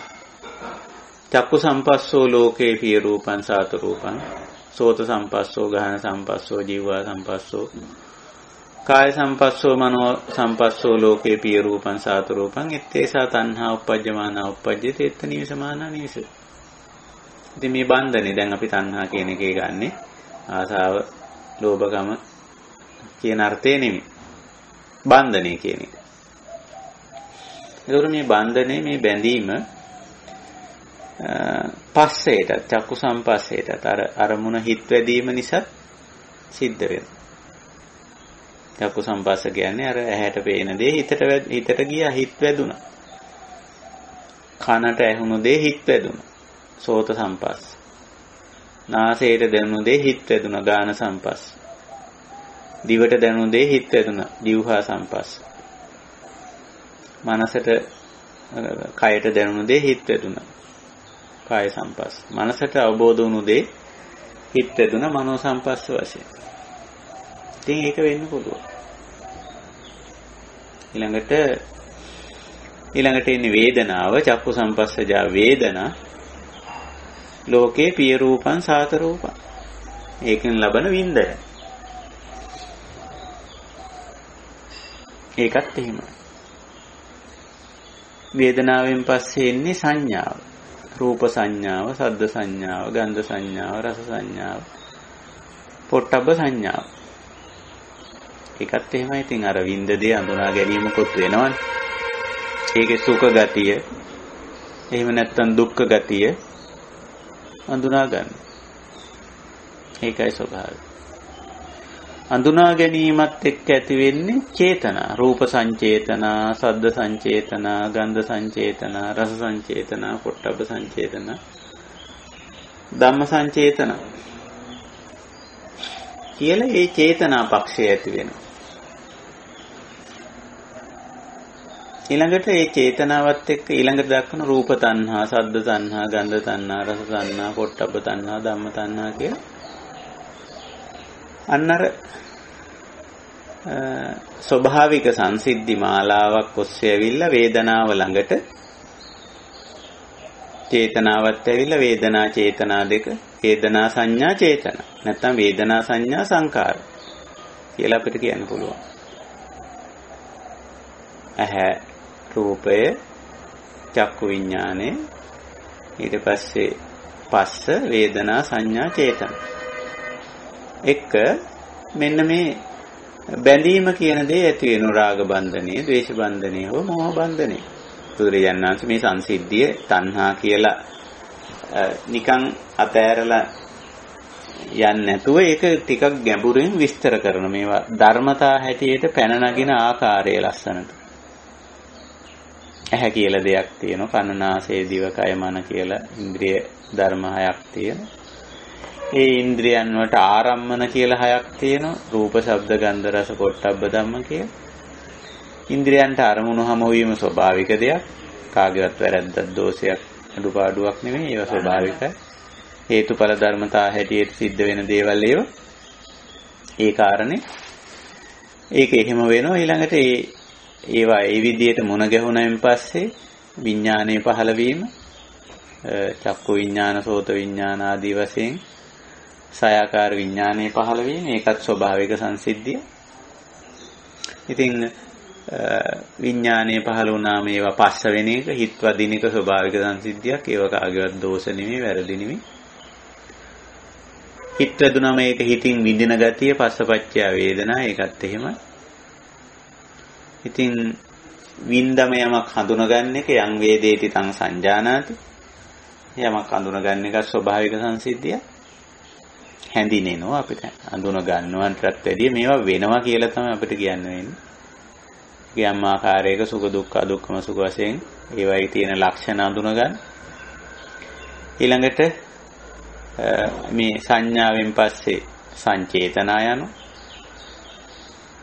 ඒ ගැන හිතන ගති අපි ඔකට සංකාර කියලා කියනවා. චේතනා, සංකාර, විතක්ක කියන වචන යෙදিলা තියෙනවා. ඒවත් එහෙමයි. ඊළඟට සංචේතනා එක්ක මේ තණ්හා කියන ස්වභාවය මේව පිළිබඳ යම් ආකාරයක රාග බන්ධනයක්, ද්වේෂ බන්ධනයක්, මෝහ බන්ධනයක් ඇති වෙන්න පුළුවන්. එතනින් පස්සේ ඊළඟට තියෙන විතක්ක කියලා වචනයක්. විතක්ක ਵਿਚාර දෙකකුත් දක්වලා තියෙනවා. තවදුරටත් මේක ගැන හිතන ගතිය. කියන්නේ චේතනා විතක්ක දෙකම මේ ස්වභාවික සංසිද්ධියක්. තණ්හාවෙන් පස්සේ තණ්හාවට පෙරත් චේතනා දක්වන, තණ්හාවෙන් පස්සේ විතක්ක ਵਿਚාර දක්වන. රූප විතක්කෝ ලෝකේ සද්ද විතක්ක, ගන්ධ විතක්ක, රස විතක්ක, පොට්ටබ්බ විතක්ක, ධම්ම විතක්ක කියලා. ඉතින් සමහර විට නැවත නැවත ඒක ගැන හිතන ගතිය. එක සැරයක් විඳලා නැත්නම් එක සැරයක් හිතලා අත්හරින්න නැතුව නැවත නැවත විඳින හිතන ගති. අන්න ඒ වගේ දෙයක්. ඊළඟට විචාර ඒක වටා කැරගෙන ගතිය. හිතින් ගතින් වචනයෙන් මේ විචාර ලක්ෂණය හරි අපි භාවනාවෙන් දැක ගන්න ඕන දෙයක්. ඒ තණ්හා කර නැත්නම් ඒ වින්දනයේ ලැබූ අරමුණට අපේ හිත නැවත යනවා. එතකොට සමහර වෙලාවට අපි ඒක ਵਿਚාරය කරනවා, ඒක වටා නැවත නැවත කැරකෙනවා හිතින්ම අපි ඒක වටා නැවත නැවත හිතන ගතියක් තියෙනවා. එහෙම නැත්නම් වචනයෙන් ඒක වටා හැසිරෙන ගතියකුත් වෙනවා. අපි කියන්නේ එකම දේ නැවත නැවත කියවනවා කියලා. අපිට ඕන තරම් එහෙම අත්දැකීම් තියෙනවා. අපිම එකම දේ නැවත නැවත කියවනවා. එකම සංසිද්ධිය පළවෙනියට හමු වෙන එක්කෙනා එක්කත් කියවනවා. කියවල නතර වෙන්නේ නැහැ. තව එක්කෙනෙක් හමු වුණාම එයා එක්කත් ඒක කියවනවා. තවත් කෙනෙක් හමු වුණාම එයාත් එක්කත් කියවනවා. මොකද මේ ඒක සැරයක් කියව මදිද කියලා අපිට නිකන් සමහර වෙලාවට ඕක දෙවෙනි සැරේ එයාම එක්ක කියවනකොට එයාට නිකන් කේන්ති යනවා. දැන් මේක එක සැරේකුත් කිව්වා හරිම කරදරයක් නේ ආයිමත් කියවනවා කිය නෑ. මේක තමයි මේ විචාර ලක්ෂණය. ආරම්මණය වටා නැවත නැවත එක්කෝ ਵਿਚාරය වෙන්නේ හිතින්, එහෙම නැත්නම් වචනයෙන්, එහෙම නැත්නම් ක්‍රියාවෙන්. ක්‍රියාවෙනුත් එහෙමනේ අපි. එකම දේ නැවත නැවත කරනවා. ඒක වටා කරකැවෙන ගතියක් තියෙනවා. එකම දේ අද කෙරුවට මදි, ඒකත් කරන්න ඕන. ආයෙසරයක් කරන්න ඕන. ලබන මාසෙක කරන්න ඕන. ලබන අවුරුද්දෙක කරන්න ඕන. නැවත නැවත කරනවා. නැවත නැවත කරන ලක්ෂණ. මේ විචාර ගතිය, මේ රූප විචාරෝ, සද්ද විචාරෝ, ගන්ධ විචාරෝ, රස විචාරෝ, පොට්ටබ්බ විචාරෝ, ධම්ම විචාරෝ. රූප විතක්කෝ රූප විචාරෝ, ශබ්ද විතක්කෝ ශබ්ද විචාරෝ. මේක නැවත හිතට විතක්ක කියන වචනේට අභිධර්මයේ අර්ථකථනය කරලා තියෙන. අභිධර්ම කියන්නේ සප්ත ප්‍රකරණ ග්‍රන්ථ 7ක් ලියවිලා තියෙනෝනේ පසුකාලීනව මේ ධර්මයට විනේත. ඒකට තමයි අපි අභිධර්ම කියන්නේ. ඉතින් අභිධර්මයේදී ප්‍රකරණ ග්‍රන්ථවලදී විතක්ක කියලා කියන්න උත්සාහ කරලා තියෙන ඒගොල්ලෝ අර අරමුණට හිත නැවත නැවත යොමු කිරීම කියලා, නැංවීම කියලා වචනයක් දෙන්න උත්සාහ කරලා තියෙනවා. නමුත් අපි දකින්නේ ඒක ධර්මතාවයක් විදියට. ඔක කුසලයේ වැඩිද්දී නම්, කුසලය වඩද්දී නම් අරමුණට නැවත නැවත අපි හිත යොමු කරනවා, හිත නංවනවා, හිත යොමු කරනවා. විතක්ක ඒ අරමුණ වටා නැවත නැවත හිත හසුරවනවා. විචාර ඒක නිකන් ආයාසයෙන් කරන වැඩක් වගේ එකක්. නමුත් දැන් මෙතෙන්දී මේ ධම්මානුපස්සනාවේදී මේවා ධර්මතා හැටියට අපි දකිනවා. මේ ස්වභාවික සංසිද්ධියක්.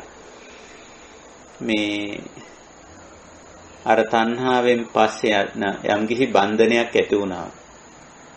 ආග බන්ධනයක් හරි, දේශ බන්ධනයක් හරි, මෝහ බන්ධනයක් හරි ඇති වුණාම ඒ සංසිද්ධි මාලාවට නැවත නැවත හිත යොමු වෙන ගතියක් තියෙනවා. විතක්ක විචාර ඒක වටා හිත නැවත නැවත කරගෙන ගතියක්. විචාරය සිතවිලි වලිනුත් කෙරෙනවා.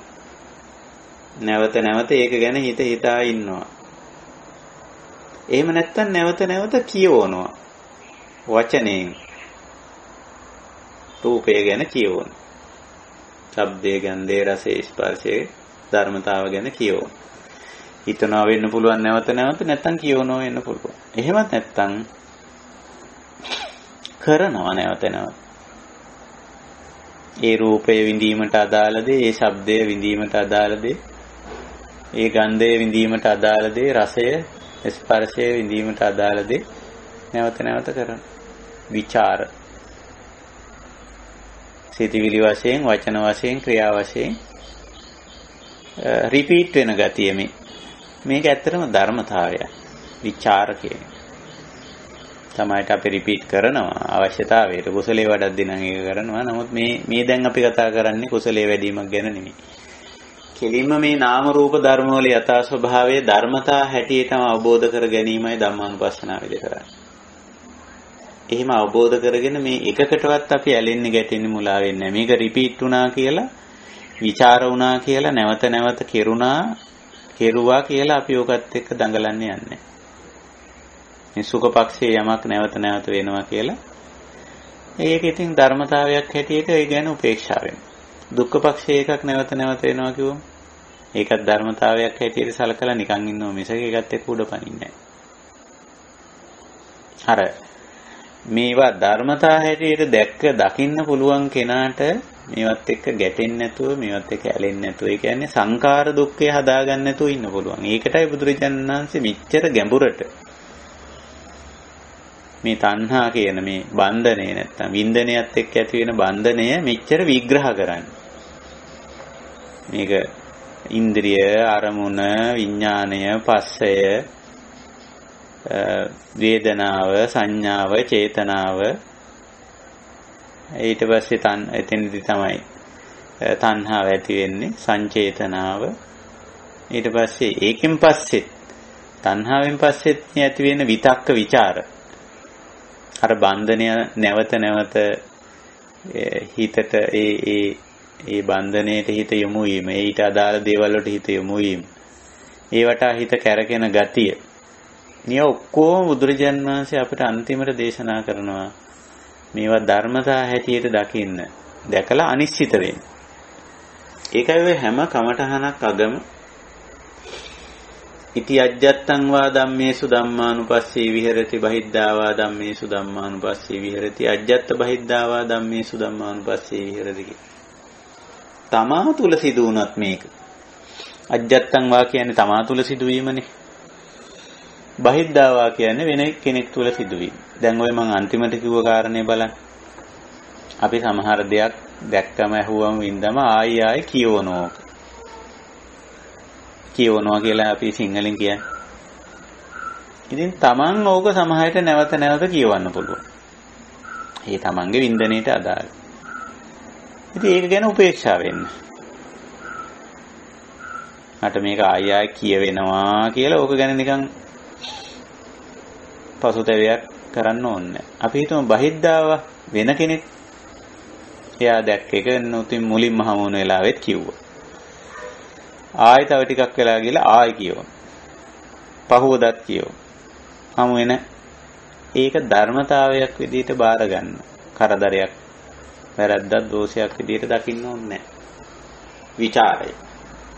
මේ අරමුණ වටා කැරකෙන ගතිය. මනසින් කැරකෙන නිසා තමයි අර වචනයෙන් නැවත නැවත කියවන්නේ. ඒක වේදනාව සම්බන්ධය. තණ්හාව මේකත් එක්ක ඇතිවෙච්ච බැඳීම නිසා ඇතිවෙච්ච දෙයක්. ඒක පිය රූපයක් වෙන්න පුළුවන් මේ කියවන එක. සාත රූපයක් වෙන්න පුළුවන්. නැත්නම් අප්පිය රූපයක්, අසාත රූපයක් වෙන්නත් පුළුවන්. ඉතින් අප්පිය රූපයක්, අසාත රූපයක් වුණත් ආයෙ කියවනවා. නැවත නැවත විතක්ක වෙනවා, ਵਿਚාර වෙනවා. හිත නැං වෙනවා ඒක. නැං වෙනවා, නං වනවා කියන්නේ නැතුව නැං වෙනවා. ආපහු ඒක ගැන කියවෙනවා. ඒක වටා හිත කැරකෙනවා. ඒකම ආපහු කෙරෙනවා. මේවා ධර්මතා හැටියට දැකලා උපේක්ෂා වෙන්න පුළුවන්. අජ්ජත්තං වා බහිද්ධාවා. අජ්ජත්ත බහිද්ධාවා දෙකම වෙනසක් නෑ ඒක. අපි සමහර වෙලාවට ඕවා මම නැවත නැවත කියවන එක ගැන මම එච්චර සතිමත් නෑ. සමහර විට අනිත් එක්කෙනා නැවත නැවත කියවනකොට ඕන්න ඒකට කේන්ති ගන්න. ඕක දැන් මනසෝ කී සැරයක් කියවුවද? නැත්නම් ආයි කරන්න යෙදුනම දැන් ඕක එක සැරයක් කෙරුවා මදිද? නේ? නැත්නම් ආයි හිත ඉන්නකොට ඒක ගැන දැන් ඕක ගැන ඔය උච්චර හිතන්න ඕනද? ඕක ගැන ආයි හිත ඕනේ නැද්ද කියලා අනිත් එක්කෙනාගේ එක ගැන ඔන්න ඉතින් අපි වද වෙනවා. හැබැයි තමන්ගේ පැත්ත බලපුවම භාවනාවෙන් ගිහිල්ලා බලන්න මමත් මෙහෙමනේ. මමත් සමහර දේවල් පිය රූප, අප්පිය රූප නැත්තම් සාත රූප, අසාත රූප සම්බන්ධයෙන් නැවත නැවත හිතන්නේ නැද්ද? නැවත නැවත කියවන්නේ නැද්ද? නැවත නැවත කරන්නේ නැද්ද? කරනවානේ.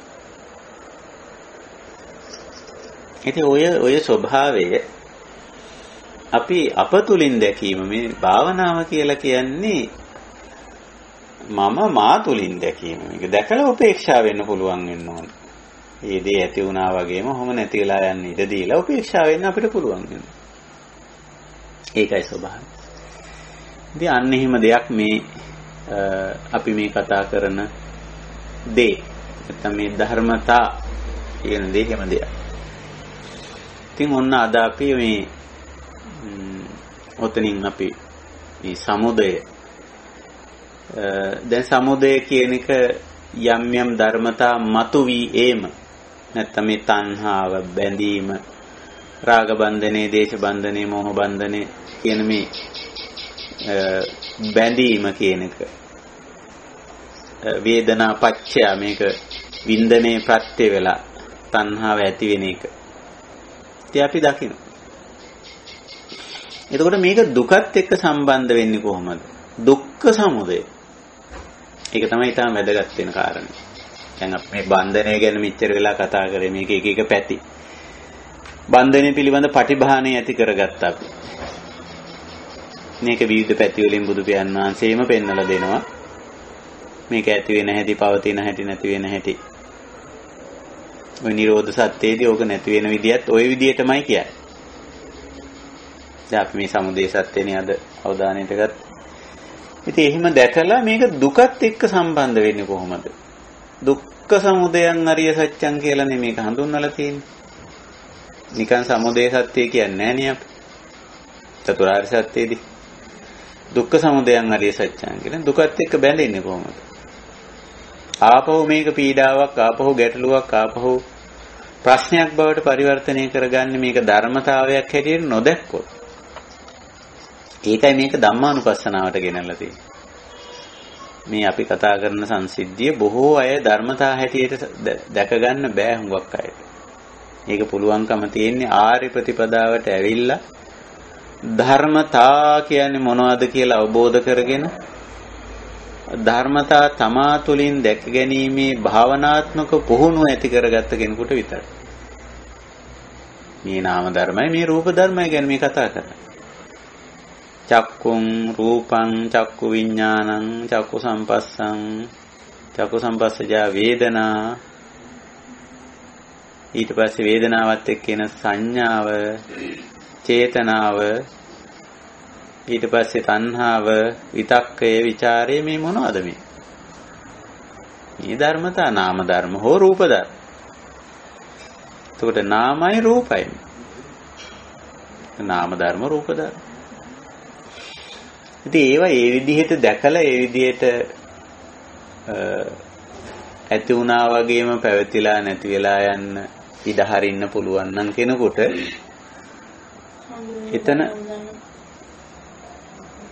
එතන පුළුවන්කම තියෙනවා ධර්මතා හැටියට දකින්න. ධර්මතා හැටියට දැක ගන්න පුළුවන්. ඒකයි ස්වභාවය. ඉතින් ඔය විදිහට අපි මේක ධර්මතා හැටියට දකින්න උත්සාහ කරනවා. ඒකයි ස්වභාවය. ඉතින් එතකොට මේක ප්‍රශ්නයක් වෙන්නේ නැහැ. හැබැයි ධර්මතා හැටියට දැක ගන්න බැරි වුණොත් මොකද වෙන්නේ? අන්න දුකත් එක්ක මේක ගැට ගැහෙනවා. තණ්හාව දුක්ඛ සමුදයං වෙනවා. දුක උපදවන්න බවට පරිවර්තනය වෙනවා. ඒක ඉතින් අපිට මේ අවිද්‍යාව නිසා මේවා මේ ධර්මතා හැටියට දැක ගන්න බැරි නිසා ඇති වෙන තත්ත්වයක්. බැරි නිසා ඇති වෙන තත්ත්වයක්. ඒකයි ස්වභාවය. ඉතින් අන්නේ විදිහට අපි උත්සාහ කරමු මේ නාම ධර්ම රූප ධර්ම තණ්හාව පවා මේ තණ්හාව කියන්නේ දැන් ඔය ආසාව වගේ සරල අර්ථය නෙමෙයි වේදනාපච්චය විඳීම නිසා ඇති වෙන බැඳීම කියන දේ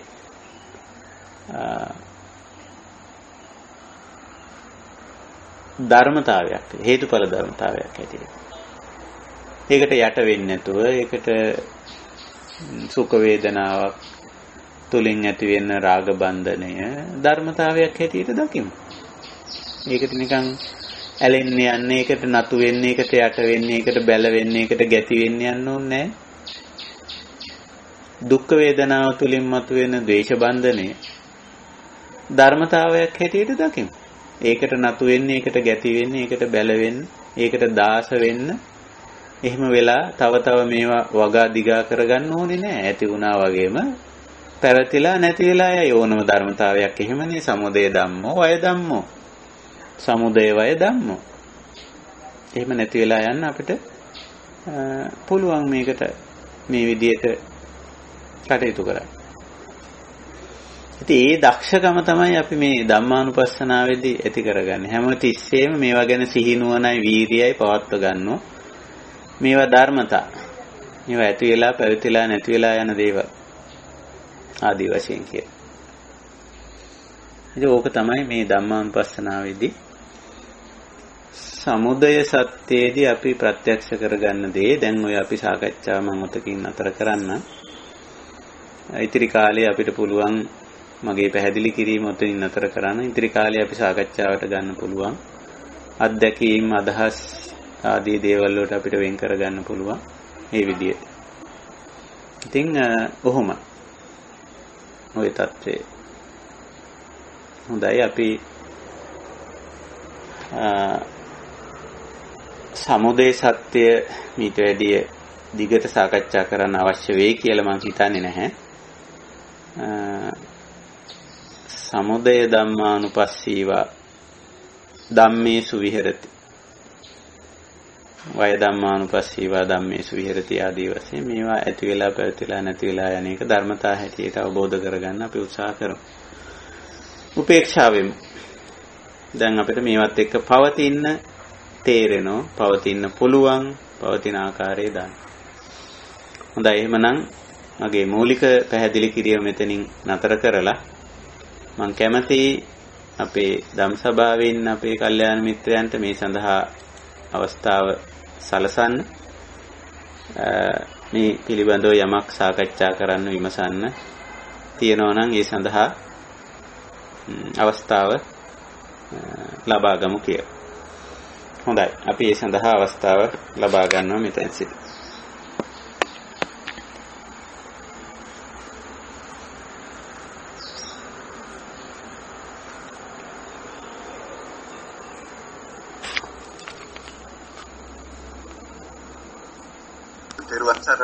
තෙරුවන් සරණයි. ස්වාමීන් වහන්සේ මට පොඩි වචන දෙකක් මේ පැහැදිලි කරගන්න. මේ සමහර සූත්‍රවල මේ මට මතකයි මේ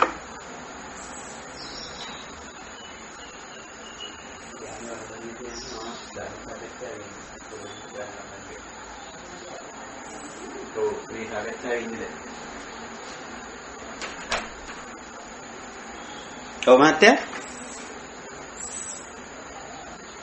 ඇහෙනවද? මහත්තයා කියපු එක මට පොඩ්ඩක් ඇහුන්නේ නැහැ. වචන දෙක ස්වාමීන් වහන්සේ මම හිතන්නේ මියුට් වෙලා තිබිලා. ස්වාමීන් වහන්සේ දැන් මේ අර මේ සමහර තැන්වල මට මතකයි තියෙනවා චක්කු සම්පස්සේ වෙනුවට චක්කු පස්සේ කියලා. ඒ වගේම චක්කු සම්පස්සජා වේදනා වෙනුවට චක්කු වේදනා කියලා. ඒ වචන වල අර්ථයෙන් සමානද නැත්නම් විරුද්ධ අර්ථයක්ද තියෙන්නේ?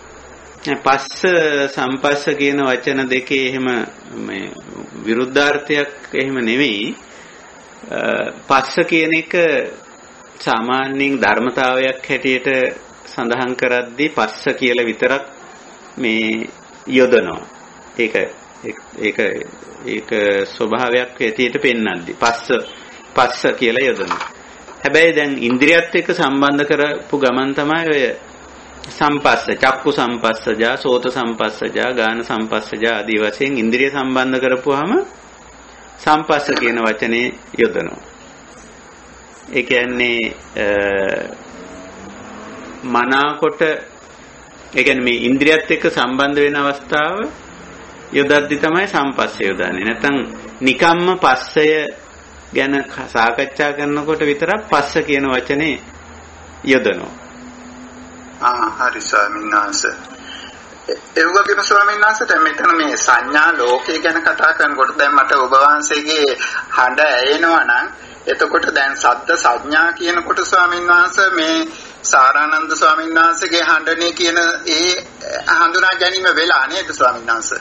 ඔව් අපි එක්තරා ප්‍රමාණයකට මේ පුද්ගල සාධකය මෙතන නැත්තේ නැහැ. මේ පුද්ගලයාගේ මේ අහවලාගේ මේ වාහනේ මේ සත්වයාගේ මේ ආදි වශයෙන් එතන අර ශබ්දේ විතරක් නෙවෙයි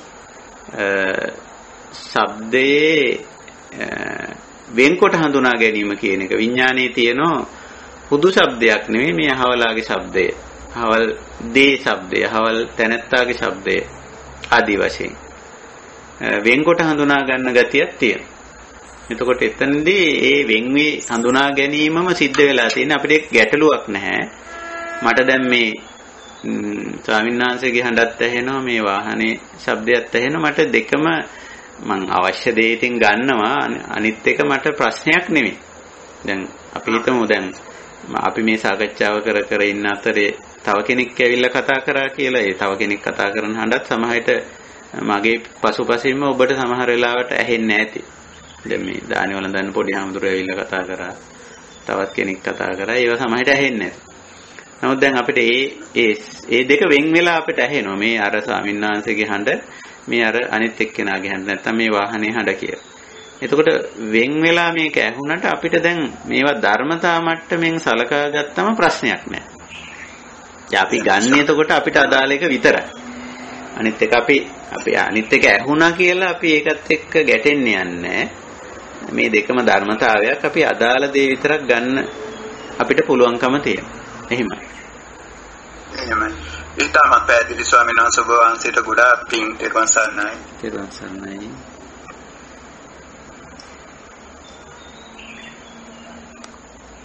අඳුරනේ විතක්කයයි ਵਿਚාරයයි කියලා එනකොට ਵਿਚාරය කියන එක නවත්ත ගන්න අපි උත්සාහ කරනවා.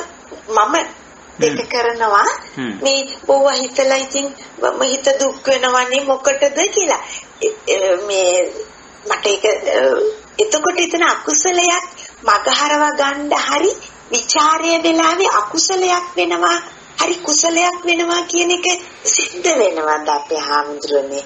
අවසරයි. මෙහිමයි විචාරය කියන එක ධර්මතාවයක්. හැබැයි ඒක දැන් ඔන්න ඔබතුමී මේ ਵਿਚාරය වෙන එක ගැටලුවක් කරගත්තොත් අකුසලයක් වෙනවා. මට මේක නැවත නැවත හිතෙන එක මහා කරදරයක්. එහෙම නැත්නම් අපි හිතමු අනිත් එක්කෙනා මේක නැවත නැවත කියවන එක මහා කරදරයක් කියලා. ඒක ගැන ද්වේෂයක් ඇති කරගත්තොත් එහෙම නැත්නම් මට මේක නැවත නැවත මතක් වෙන එක හරිෂෝ කොච්චර ඒක ආයි මට මතක් වේවා. එහෙම නැත්නම් අනිත් එක්කෙනා මේක කියන එක කොච්චර හොඳද ආයි කරන එක ආයි කියන එක කියලා.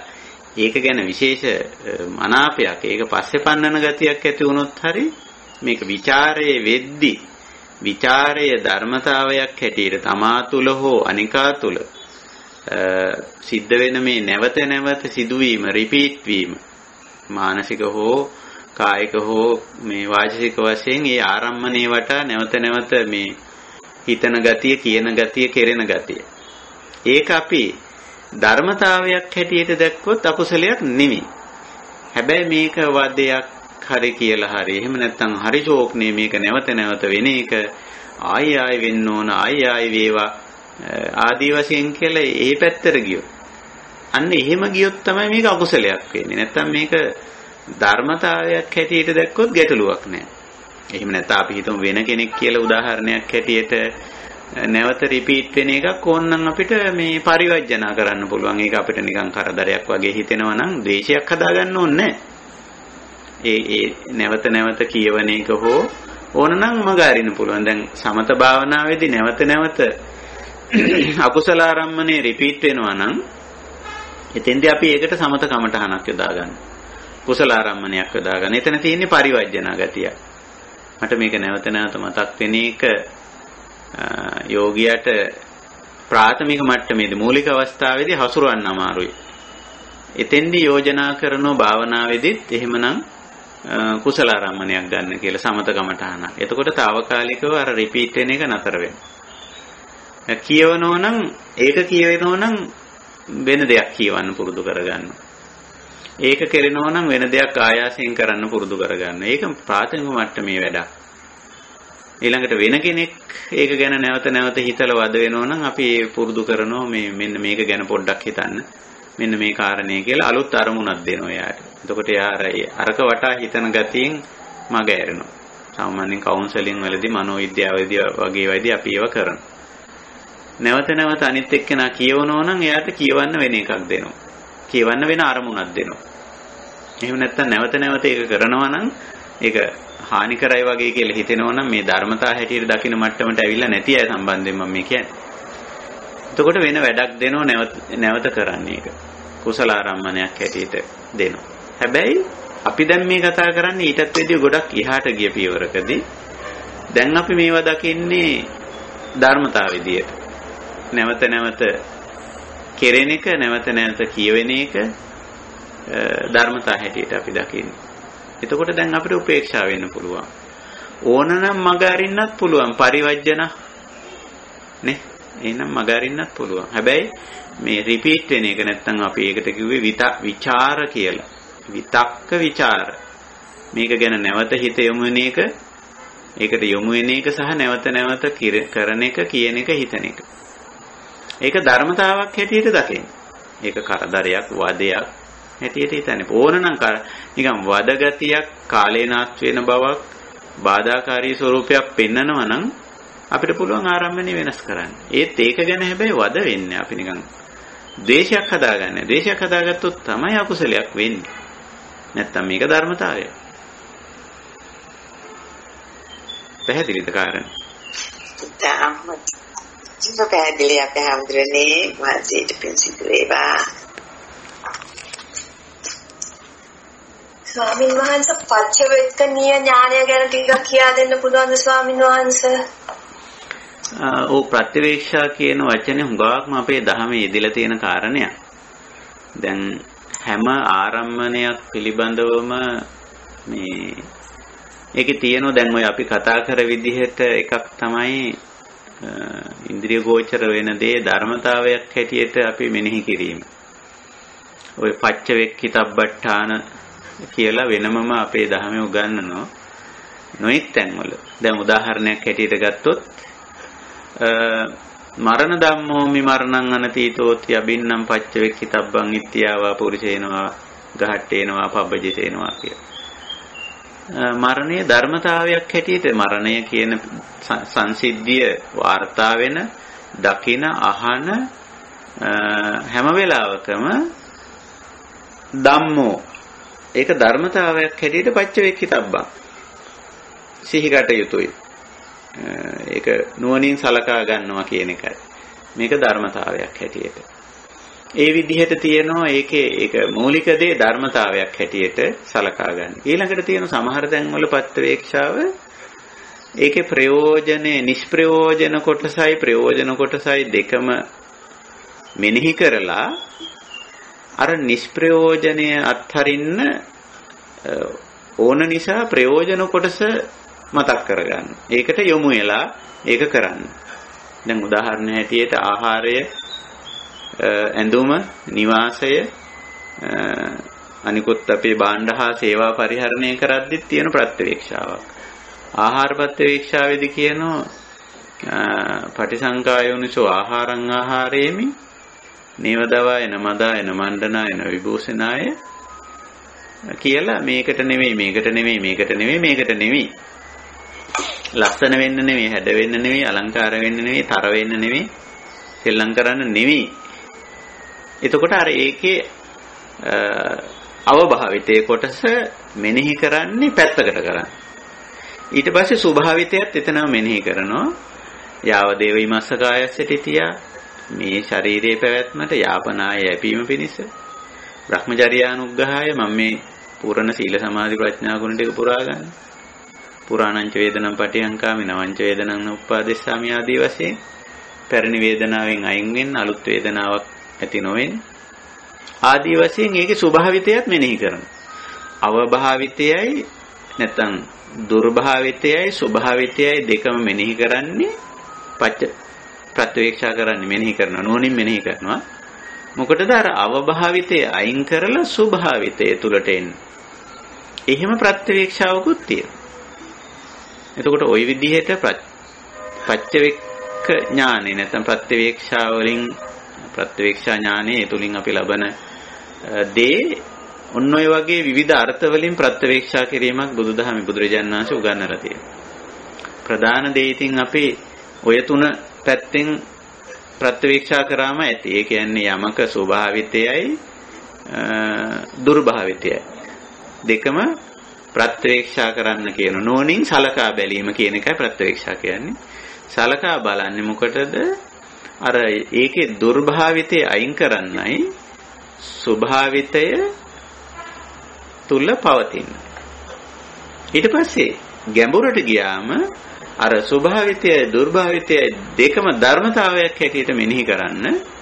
ස්වභාවිතය මතුණු වෙලාවේ ඒකත් එක්ක ඇලෙන්නත් එපා, දුර්භාවිතය මතුණු වෙලාවේ ඒකත් එක්ක ගැටෙන්නත් එපා. මේ දෙකට නොයා ඉන්න තමයි අර ඊළඟ මේ ප්‍රත්‍යවේක්ෂණාව කරන්නේ.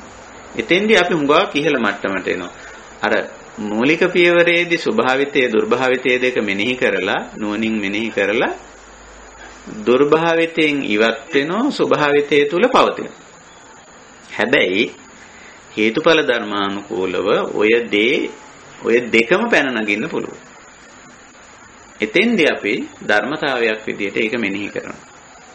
ඊළඟට හේතුඵල ධර්මතා ඔක්කොම ධර්මතා හැටියට මෙනෙහි කරන මම ඔය උදාහරණ දෙකක් කිව්වේ ඒකයි.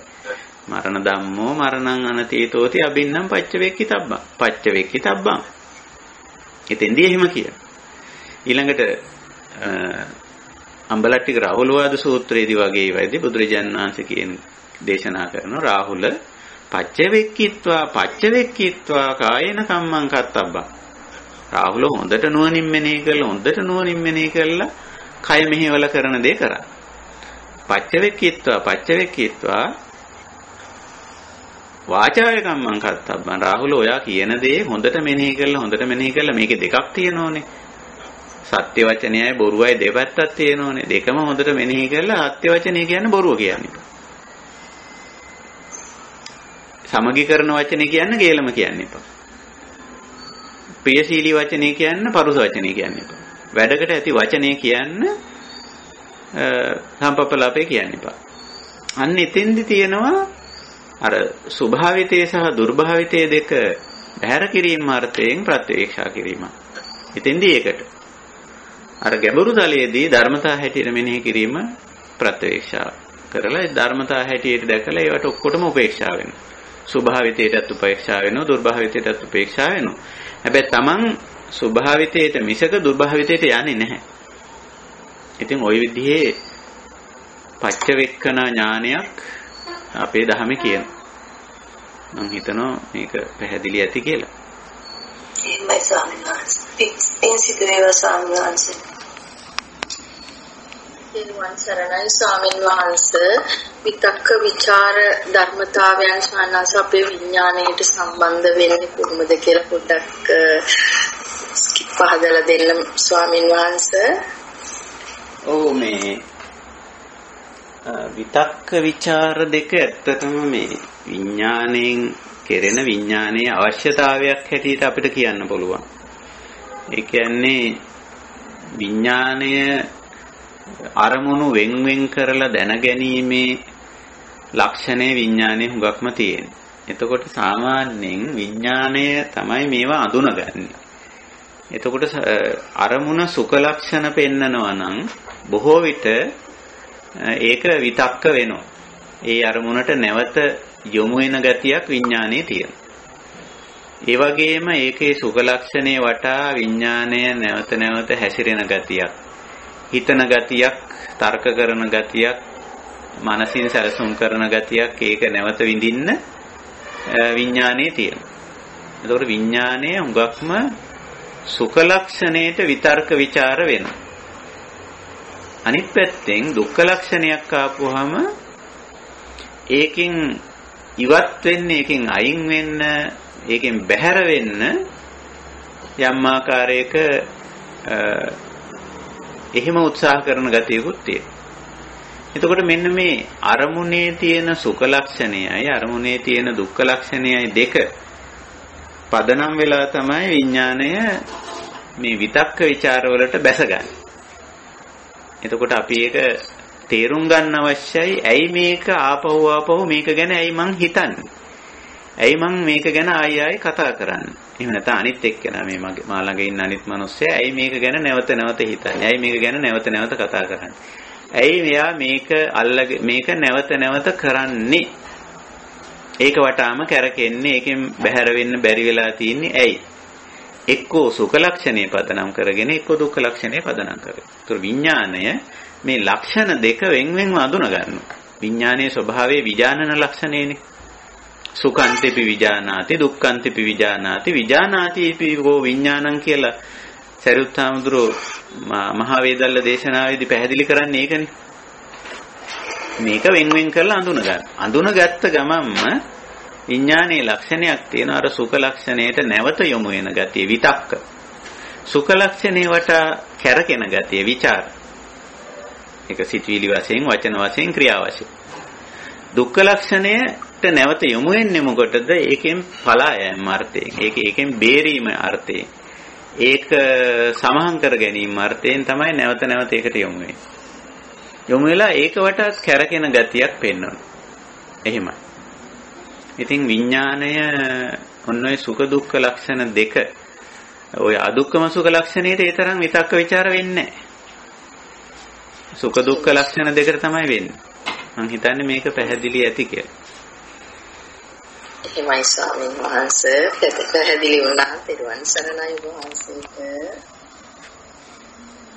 අම්ද්‍රනේ වෙන කෙනෙකුට අවස්ථාවක් නැතිනම් මම කතා කරන්නම් ආයි මේ දැන් අර ඔබ වහන්සේ මේ දැන් දේශනා කරා වගේ විඥානේ අනික් එක්කෙනා එකම දේ දුක් වේදනාවක් මේවා කරගන්න හරි නිතර කියන අත්දැකීමක් මට ලැබෙනවා මගේ යාළුවේ එයාගේ මට තේරෙනවා එයාගේ ස්වාමියාට රිද්දන්න ඕනිකමට මට හරියට ලෙඩ මට අත්තන ලෙඩ මාව දැක්කොත් එයා මහත්යත් එතන හිටියොත් දැන් ලෙඩ කියලා කියනවා මට හොඳට තේරෙනවා ඒක එයාගේ මහත්යාගෙන් නොලැබෙන යමක් වෙනුවෙන් තමයි මෙයා මේ දේ කියන්නේ කියලා. එහෙම වෙලාවට දැන් එයාගේ හිත ගැනට වැඩිය මං කොහොමද හැසිරෙන්න ඕනේ එතන ඇහෙනකොට අවසරයි. ඔව් ඒක අපි අර කිව්වාගේ ඒක ධර්මතාවයක් හැටියට දැක්කනම් හරි මේක මෙයා තුල තියෙන මේ කිසියම් ගති ලක්ෂණයක් හැටියටයි අපි ඒක දකින්නේ. ඒක ධර්මතාවයක් හැටියට එයා යම් කිසි දෙයක් අපේක්ෂා කරන නිසා ඒක නැවත නැවත කියවන. ලබා ගැනීමේ අර්ථයෙන් හෝ දුරු කර ගැනීමේ අර්ථයෙන් නැවත නැවත කියවන්න පුළුවන්. ඒ ලබා ගැනීමේ අර්ථය කිව්වොත් සුඛ ලක්ෂණය. දුරු කර ගැනීමේ අර්ථය ගත්තොත් දුක්ඛ ලක්ෂණය. ඉතින් ඒ අර්ථයෙන් මෙයා මේක නැවත නැවත කියවනවා හෝ නැවත නැවත කරනවා වෙන්න පුළුවන්. අපි ඒ ගැන උපේක්ෂා වෙනවා. අපි මොකද ඒව දකින්නේ ධර්මතා මට්ටමින්. නමුත් එයා ඒ කරන ක්‍රියාව හෝ කියන කියවිල්ල තුල අර්බුදේ වැඩි වෙනවා වගේ අපිට පේනවා නම් ඕනනම් අපිට පුළුවන් එයාට තේරුම් කරලා දෙන්න. ඔයා මේක නැවත නැවත මේ විදියට කියවලා කරලා වැඩක් නැහැ. මේකට උත්තරයක් හම්බ වෙන්නේ නැහැ. ඒක නිසා මෙන්න මේ විදිහට මේකට පිළිපදින්න කියලා අපිට ක්‍රියාමාර්ගයක් එයාට යෝජනා කරන්න යොමු කරන්න පුළුවන්. ඒක දෙවෙනි කාරණයක්. ඒක අපිට ඉච්චරම අදාළ කාරණයක් නෙවෙයි. පළවෙනි දේ අපි ඔබතුමිය අහන්නෙත් අපි කොහොමද එතෙන්දි ප්‍රතිචාර අපි කොහොමද එතෙන්දි පිළිපදින්නේ කියලා ඒක අපි ධර්මතාවයක් හැටියට දකිනවා. එච්චරයි.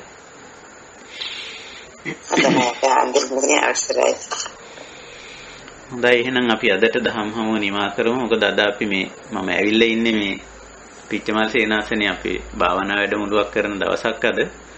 ඉතින් මේ වන විට අපේ භාවනා වැඩමුළුවට යෝගීන් ඇවිල්ලා තියෙනවා. ඒක නිසා අපි භාවනා වැඩමුළුවටත් යොමු වෙන්න ඕන නිසා අපි දහම් හමුව මෙතකින් නිමා කරනවා. ඉතින් වෙනදා වගේම අපි හෙට නෙමෙයි අනිද්දාට හෙට ඉරිදා හෙට සෙනසුරාදාව අනිද්දා ඉරිදාවේ අපි නැවතත් ඒ විදිහටම මුණ ගැහෙනවා ධර්ම සාකච්ඡාව සඳහා. එමනම් අදට අපි ධම්මානුපස්සනාවේ සමුදය සත්‍ය පිළිබඳව කළ මේ සාකච්ඡාව මෙතකින් නිමා කරනවා. ඉතින් වෙනදා වගේම අපේ සදහම් හමුවට සම්බන්ධ වුණු කල්යාණ මිත්‍ර හැම දෙනාටම මේ ධර්ම අවබෝධය තුලින් අපි මේ දකින හැම දෙයක්ම ධර්මතා හැටියට දැකගෙන ධර්මතා හැටියට උපේක්ෂා වෙලා කටයුතු කරන්න පුළුවන් වේවි කියලා මා විශ්වාස කරනවා. මේ පුහුණුව ඇති කරගන්න නිතරම ජීවිතේ මේවා දකින කියන දේවල් අපි අහනාත් විඳින දේවල් මේ විතක්ක ਵਿਚාර වගේව හරීම ප්‍රකට දේවල්. ඉතින් ඒවා ගැන හොඳට උපේක්ෂා වෙන්න අවශ්‍ය ක්‍රියාමාර්ගයක් තියෙනවා නම් ඒකත් ඇලෙන්නේ ගැටෙන්නේ මුලා වෙන්නේ නැතුව කටයුතු කරමු. අන්න ඒ පණිවිඩය ඒ කාරණේ මතක් කරමින් අදත් අපේ සුපුරුදු අපේ සදහම් හමුව මෙසේ නිමා කරනවා. ධම්ම හමුවට සහසම්බන්ධ වුණු පින්වත් හැම දෙනාටම මේ උතුම් ධර්ම අවබෝධය මේ ජීවිතයේදීම සියලු ඇලීම් ගැටීම් මුලාවන් වලින් තොරව ලබන පරම ශාන්ත නිර්වාණ ධර්මයේ සාක්ෂාත් කිරීම පිණිසම උපකාරී වේවා උපනිශ්‍රේ වේවා හේතු වාසනා වේවා කියන උතුම් අදිෂ්ඨානයෙන් පරමාර්ථයෙන් අදත් අපේ සදහම් හමුව නිමා කරනවා. හැම දිනාටම තෙරුවන් සරණයි.